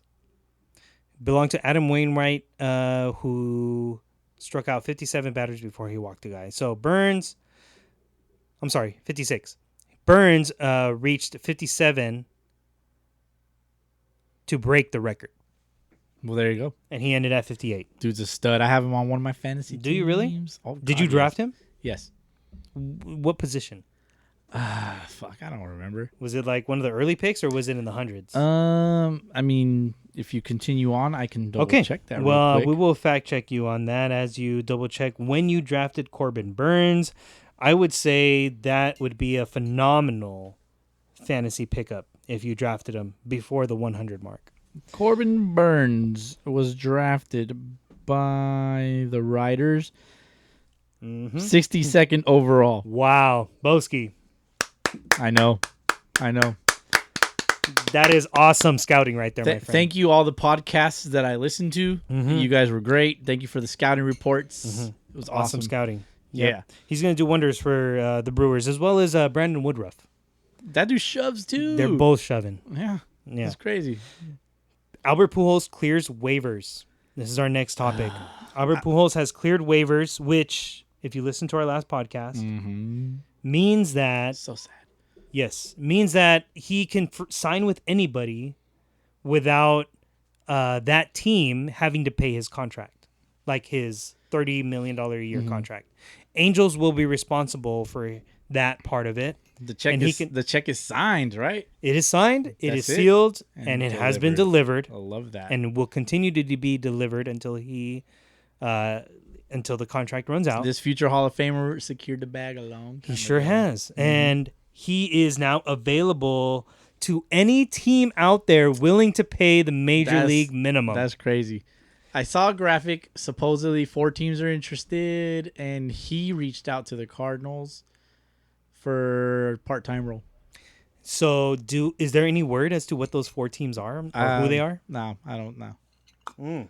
No, based on my research, which is very little, because I have very little time to do these kinds of I saw things. the post also, though. There's 4 teams that are interested in his services, and there's no information as to who those 4 teams are. But I wonder who it is. when this episode airs, there might be information at that point. Maybe. But it's Friday. We don't know who it is. We can only speculate. It's Friday. You ain't got no job. You ain't got shit to do. So you gonna speculate? You gonna speculate who Pujols is gonna sign with? Well, it's actually Pujols that I'm talking about. It's Friday. He ain't got no job. He ain't got shit to do. He ain't got no job. He ain't got shit to do, but he got paid. Let's hit him up. Get him on the So pod. I don't know. I still think it's gonna be the White Sox.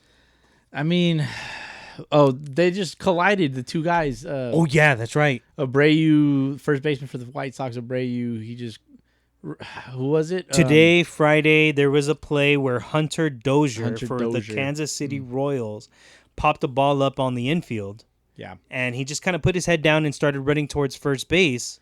He kind of like jogged around the pitcher. a Yeah, little bit? no, he jogged around the catcher who was Okay. trying to catch the ball, but unbeknownst to him, the Nice. first baseman was charging from his position to catch the pop fly. And then they just, And yeah, he was running full speed. yeah. That first baseman for the White Sox, his name is Jose Abreu. Jose Abreu, a big body man coming down first base. Big burly man. A big body burly man coming down first base like a big train. Hunter Dozier, also a big body man. A big burly first dirt person. big burly first dirt man. Person. Yeah, dirt person. Yeah, he could be non-binary. And First. Big burly first dirt human. Human is his. That's you can't make it. less than big that. burly first base organism coming down first base, but he's a huge body. bioorganism. Crashes into Hunter Dozier coming down first base line and knocks. They both hit the ground hard. We're trying to be too politically correct here, and it's just fucking everything up. I'm over here just trying not to laugh. It's just building up. All right, quit getting all up in your feels, and know I'm a that we're cybernetic organism. talking about a first baseman. Endoskeleton. I can't do it. I'm sorry. Oh, You'll watch Terminator 2. Free ad. Oh man, Because the man that's in the movie does not ask for permission to smoke his stogies in his house. And I'm going to fuck my housemaid and have a baby oh shit. with a, Hey baby. come on over here, baby. Oh So, god. anyway, Love it. do the White Sox have an opening now after that crash? Potentially. Potentially. And with Tony La Russa, being at the helm of the White Sox, it only makes sense that he signs his son Yeah. to play first base for them. Who's your That daddy? son being Albert Pujols. Nice. So he clears waivers. He's free to sign. Do you think he actually signs a contract to play the rest of the season with somebody? Yeah, he wants to. But do you think he actually will? Do I think it'll happen? actually happen? Do you think it's gonna happen? That's a tough question. I want to see it happen, but He's- then again, like I want to see it happen with St. Louis. He's 33 home runs away from 700. Does he hit 33 home runs from this point? I predicted that he would. That was my preseason prediction that he'd hit 700. It would be a stretch. Because, At this point, yeah. At this yeah, point, yeah. He'd have to just go off. If he were to hit 33 home runs for the rest of the season, that would put him at about 37 home runs for the year. Yeah, So it's nuts. That'd be wild. And like all his hits are home runs, nothing else. He just gets 33 hits and they're all home runs. home runs, singles, or double plays. He pulls a Pablo Sandoval, but he does it in every game. Mm-hmm. Just comes up and hits a dinger, pinch hit dinger. That's all he does. All respect to Albert Pujols, though, because, I mean, for pretty much most of our baseball fandom lives, Yeah. he's been a beast. Yep. He's been a beast. Love it.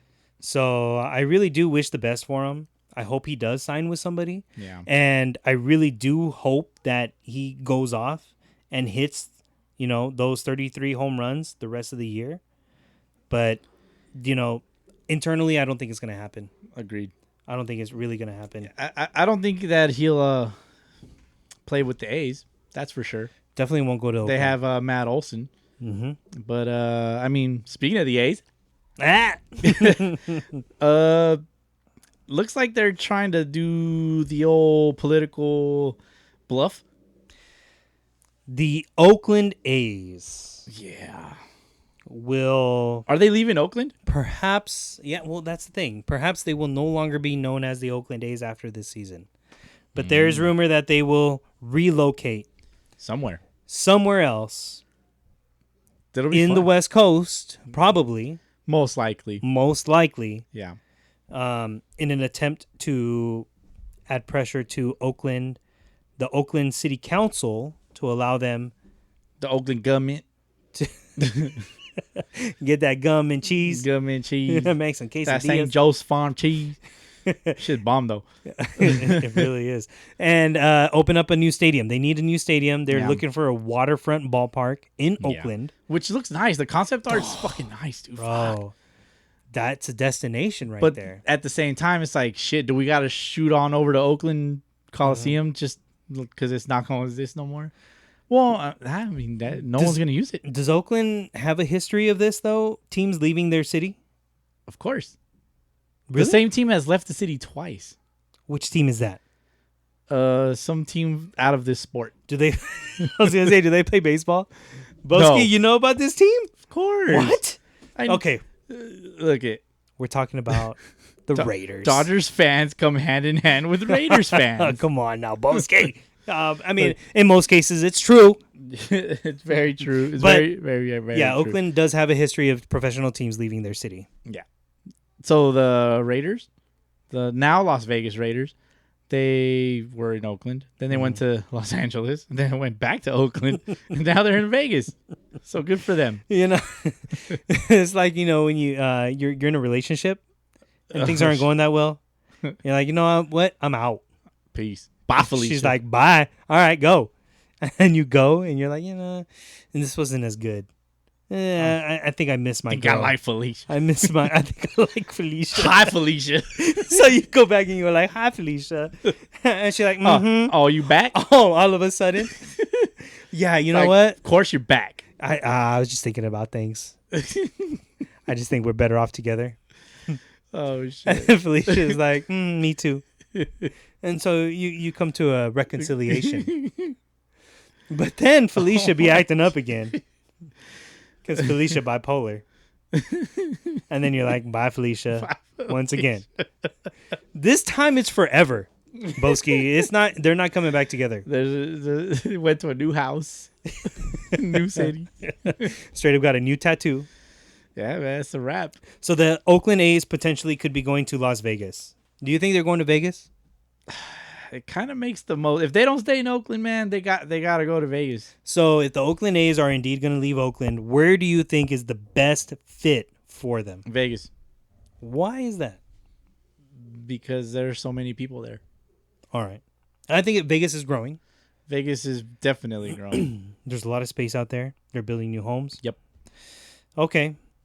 I think Vegas just makes the most sense. The weather, like it doesn't rain over there. the best fit is here in Riverside. In Riverside, okay, really? So I'm fucking around. Oh. I mean, I'd love for the Oakland A's to come to Riverside and put a professional stadium here, but in reality, I think it's going to be Portland. But doesn't it rain a lot over there? No, not really. No, Not really. No. I mean, It rains, but not that much. They got to stay on the west. They got You to stay on gotta- the west because then you got to realign. Yeah. Because I've heard talks of like Nashville, Yeah. Nashville, I heard about. the Carolinas. Mhm. I mean, it's on the east. Like they can't be in the Western Yeah. division. Like they got to realign a bunch of shit. I So, really- fuck that. You're right. I think it's going to be a West Coast, and it's going to. I think it could be Vegas. You're right. It could be Vegas, but I think Portland is the best Yeah. choice. And I think Vegas too, just because like there's so much money there. Right. There's so much money there. Yeah. They can be like, oh, you want to invest? You want to invest? Everybody wants to invest. You Well, know? shit. Even San Manuel has Yeah. bought out a casino out in Vegas. Really? Yeah. Which one? Some small time. No. Is it one of the ones off the strip that's like it's better to stay there, or is it? I think it is. Or Old Town Vegas. But San Manuel Bingo and Casino here in San Bernardino has bought a casino in Vegas, and it is called the Palms. They bought the Palms. They bought San Manuel Bingo The or San Palms, Manuel the Band of Palms is Mission on the strip. Indians. It's on. Well, it's like off the strip, but it's like officially on the strip. This is according to TravelWeekly.com. Palms Casino Resort shuttered in the pandemic. First Finds- of all, if you can travel weekly, you ain't got time to read Travel Weekly. The fuck? That's why I don't travel weekly. Therefore, it came up on my feed. There you go. But San Manuel Band of Mission Indians is buying the Palms Casino Resort in Vegas That's from crazy. Red Rock Resorts for $650 million in cash. $1 million? $650 million. Dude, we paid for that. So, The fuck? So it's like it's ours, but it's Yeah. gonna stay at their house. therefore, the Oakland A's, according to Jeff Passan on ESPN.com, says that on Tuesday they will start exploring the possibility of relocating with the blessing of Major League Baseball. So your man Robbie Mann has straight up said, yeah, man, let's go find another corner. Let's go find another block, you know what I'm saying? There's got to be more cheese over here in this block, you know what I'm saying? You know, there's all kinds of mouse and rats, but there ain't no possums, there ain't no raccoons. There a bunch of rats over here, you know what I'm saying? We trying to get that cheese, you know what I'm saying? We getting that cheese out here in Vegas, baby. You know what I'm saying? Government cheese. Government cheese, you know what I'm saying? So there you go. Well, there you have it. It could be Vegas, but I think it's going to be Portland at the end of the day. Oh, that's nuts. If Oakland doesn't fork over the cheese, it's going to be somewhere else. That's fucking hilarious, man. But- I'm not gonna get over that for a while. But yeah, over here at Sunday League, the podcast is going to be a West Coast team.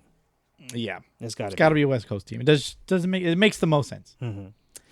What else we got? All right, Bowski, let's finish this up here. Talking about the last two subjects of the day. ESPN has renewed a deal with MLB to allow them to broadcast How many? games for the next 8 seasons through 2028. 8 seasons. I'm kind of confused. Why are? Well, they got to make deals, right? Business deals. Yeah, they really do. Your man, Robbie Mann's always working. So, Used to According- work on them fucking umpires, man. Shit. according Fuck to faces. this article written by Scott Polacic. That boy on Scott Bleacher Polacic. Report. Scotty P in the house. Major League Baseball is not leaving ESPN airwaves anytime soon. Thank you, Scotty P. The league and network announced a 7-year contract extension that runs through 2028. ESPN will show 25 weeks of Sunday Night Baseball. The MLB Little League Classic, Bowski's favorite game, and an opening night game, as well as the Home Run Derby as part of the deal. Wow. It will also carry wild card games in the postseason. So, let me touch on this a little bit. There's a bit of a caveat, according to this article in the New Deal. Enlighten me because I have no fucking clue. All right, here you go. As the playoff format for the 2022 season is still undetermined to this point, and I'm quoting this article, the league expanded to 8 wild card playoff series during the 2020 year. You remember that? Yeah, it was dope. I like Right. 8 wild card playoff series, with the first and second place finishers, as well as 2 additional wild cards per league. Now they are back to the traditional format this year with just 1 wild card matchup per league. So therefore, if there is expansion to 8 series again in 2022, which is next year, ESPN will carry every single one of those games. It sounds like they're going to expand playoffs. You for think so? 2022. You think so? Well, why the fuck else would they make that deal? Well, here you go.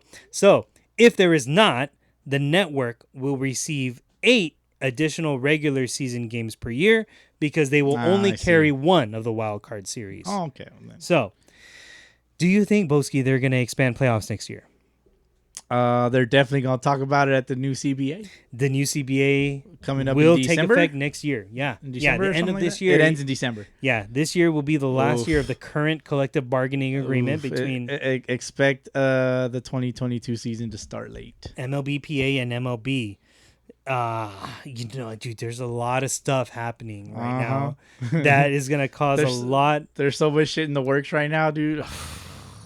Robot umpires are coming. Of confusion for next year. They're going to bring back juiced balls to keep the fan interested. Yeah, They're going to move the mound back and juiced balls. They de-juice the balls.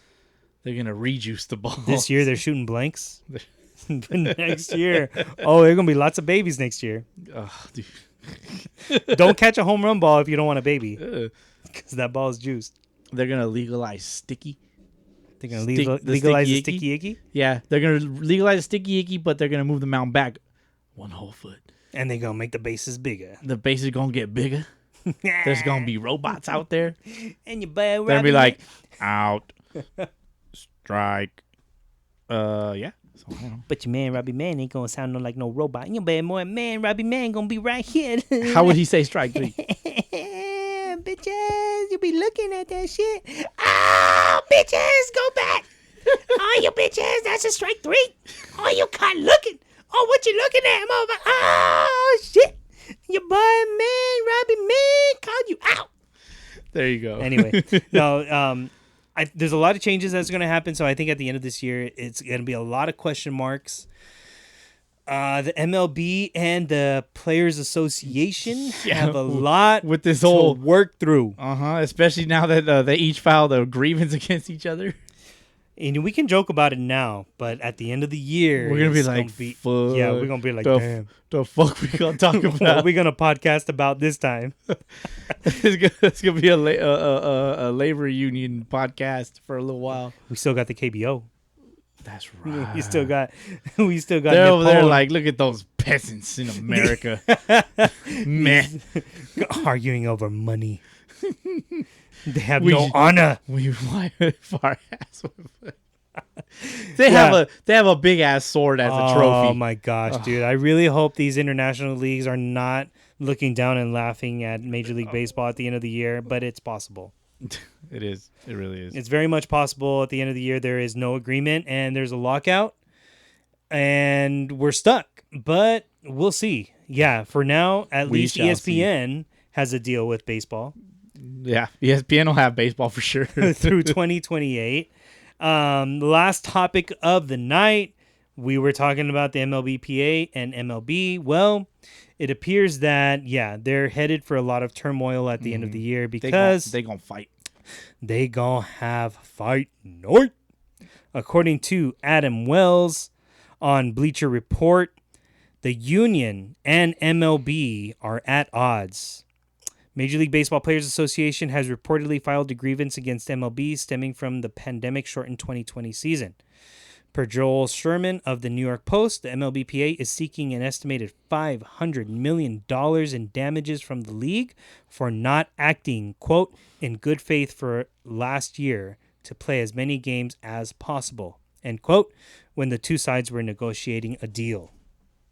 Yikes. This Yikes, is going to be fun. Indeed, Bowski. So we're in May. We're not even at the All-Star game. Enjoy this season. Yes. Embrace this season. Love this season.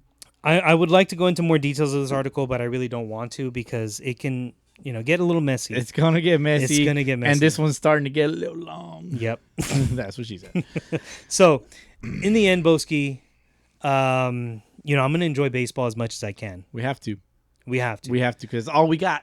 Mariners are doing some semi-well. They're showing a glimmer of hope. Red Sox are showing a glimmer of hope. The Dodgers are losing some They're hope. losing their glimmer of hope. So we'll enjoy it as much as we can this year. The All-Star game will be played in Colorado this year. Yeah. And if you're in Colorado, don't go punching fans. Please don't. Oh, yeah. That video on our Instagram. They got knocked the fuck out. Sure did, man. But Dude, that's I think fucked I up. dropped like 3 or 4 or 5 Friday references today. Jesus Christ. Holy shit. It's fucked up. Padres fans have a little chip on their shoulder. But enjoy it this year. Yeah. Enjoy baseball as much as you can this year. Because you might not get it next year. Exactly. You might not get it next You heard year. it here first. You heard it here first Hopefully, or second. or third or fourth. And maybe some of the players listening, hopefully they come to their senses and say, you know what? We need baseball next year. Mm-hmm. But I have a strong feeling that it's not going to be... It's going to be tough. It's not going to be an on-time event next year. An on-time event. What do you think about it, Producer Creep?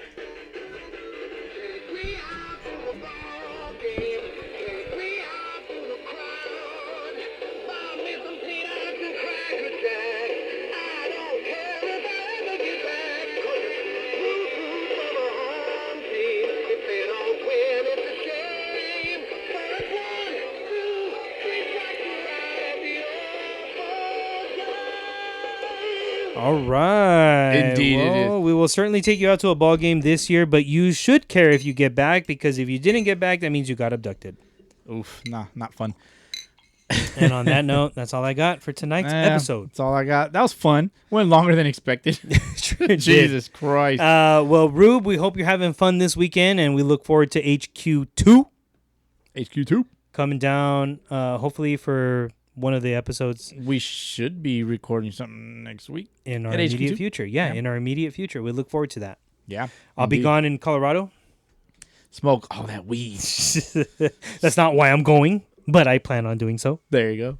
And then we'll be back for next week. We might even be down in San Diego.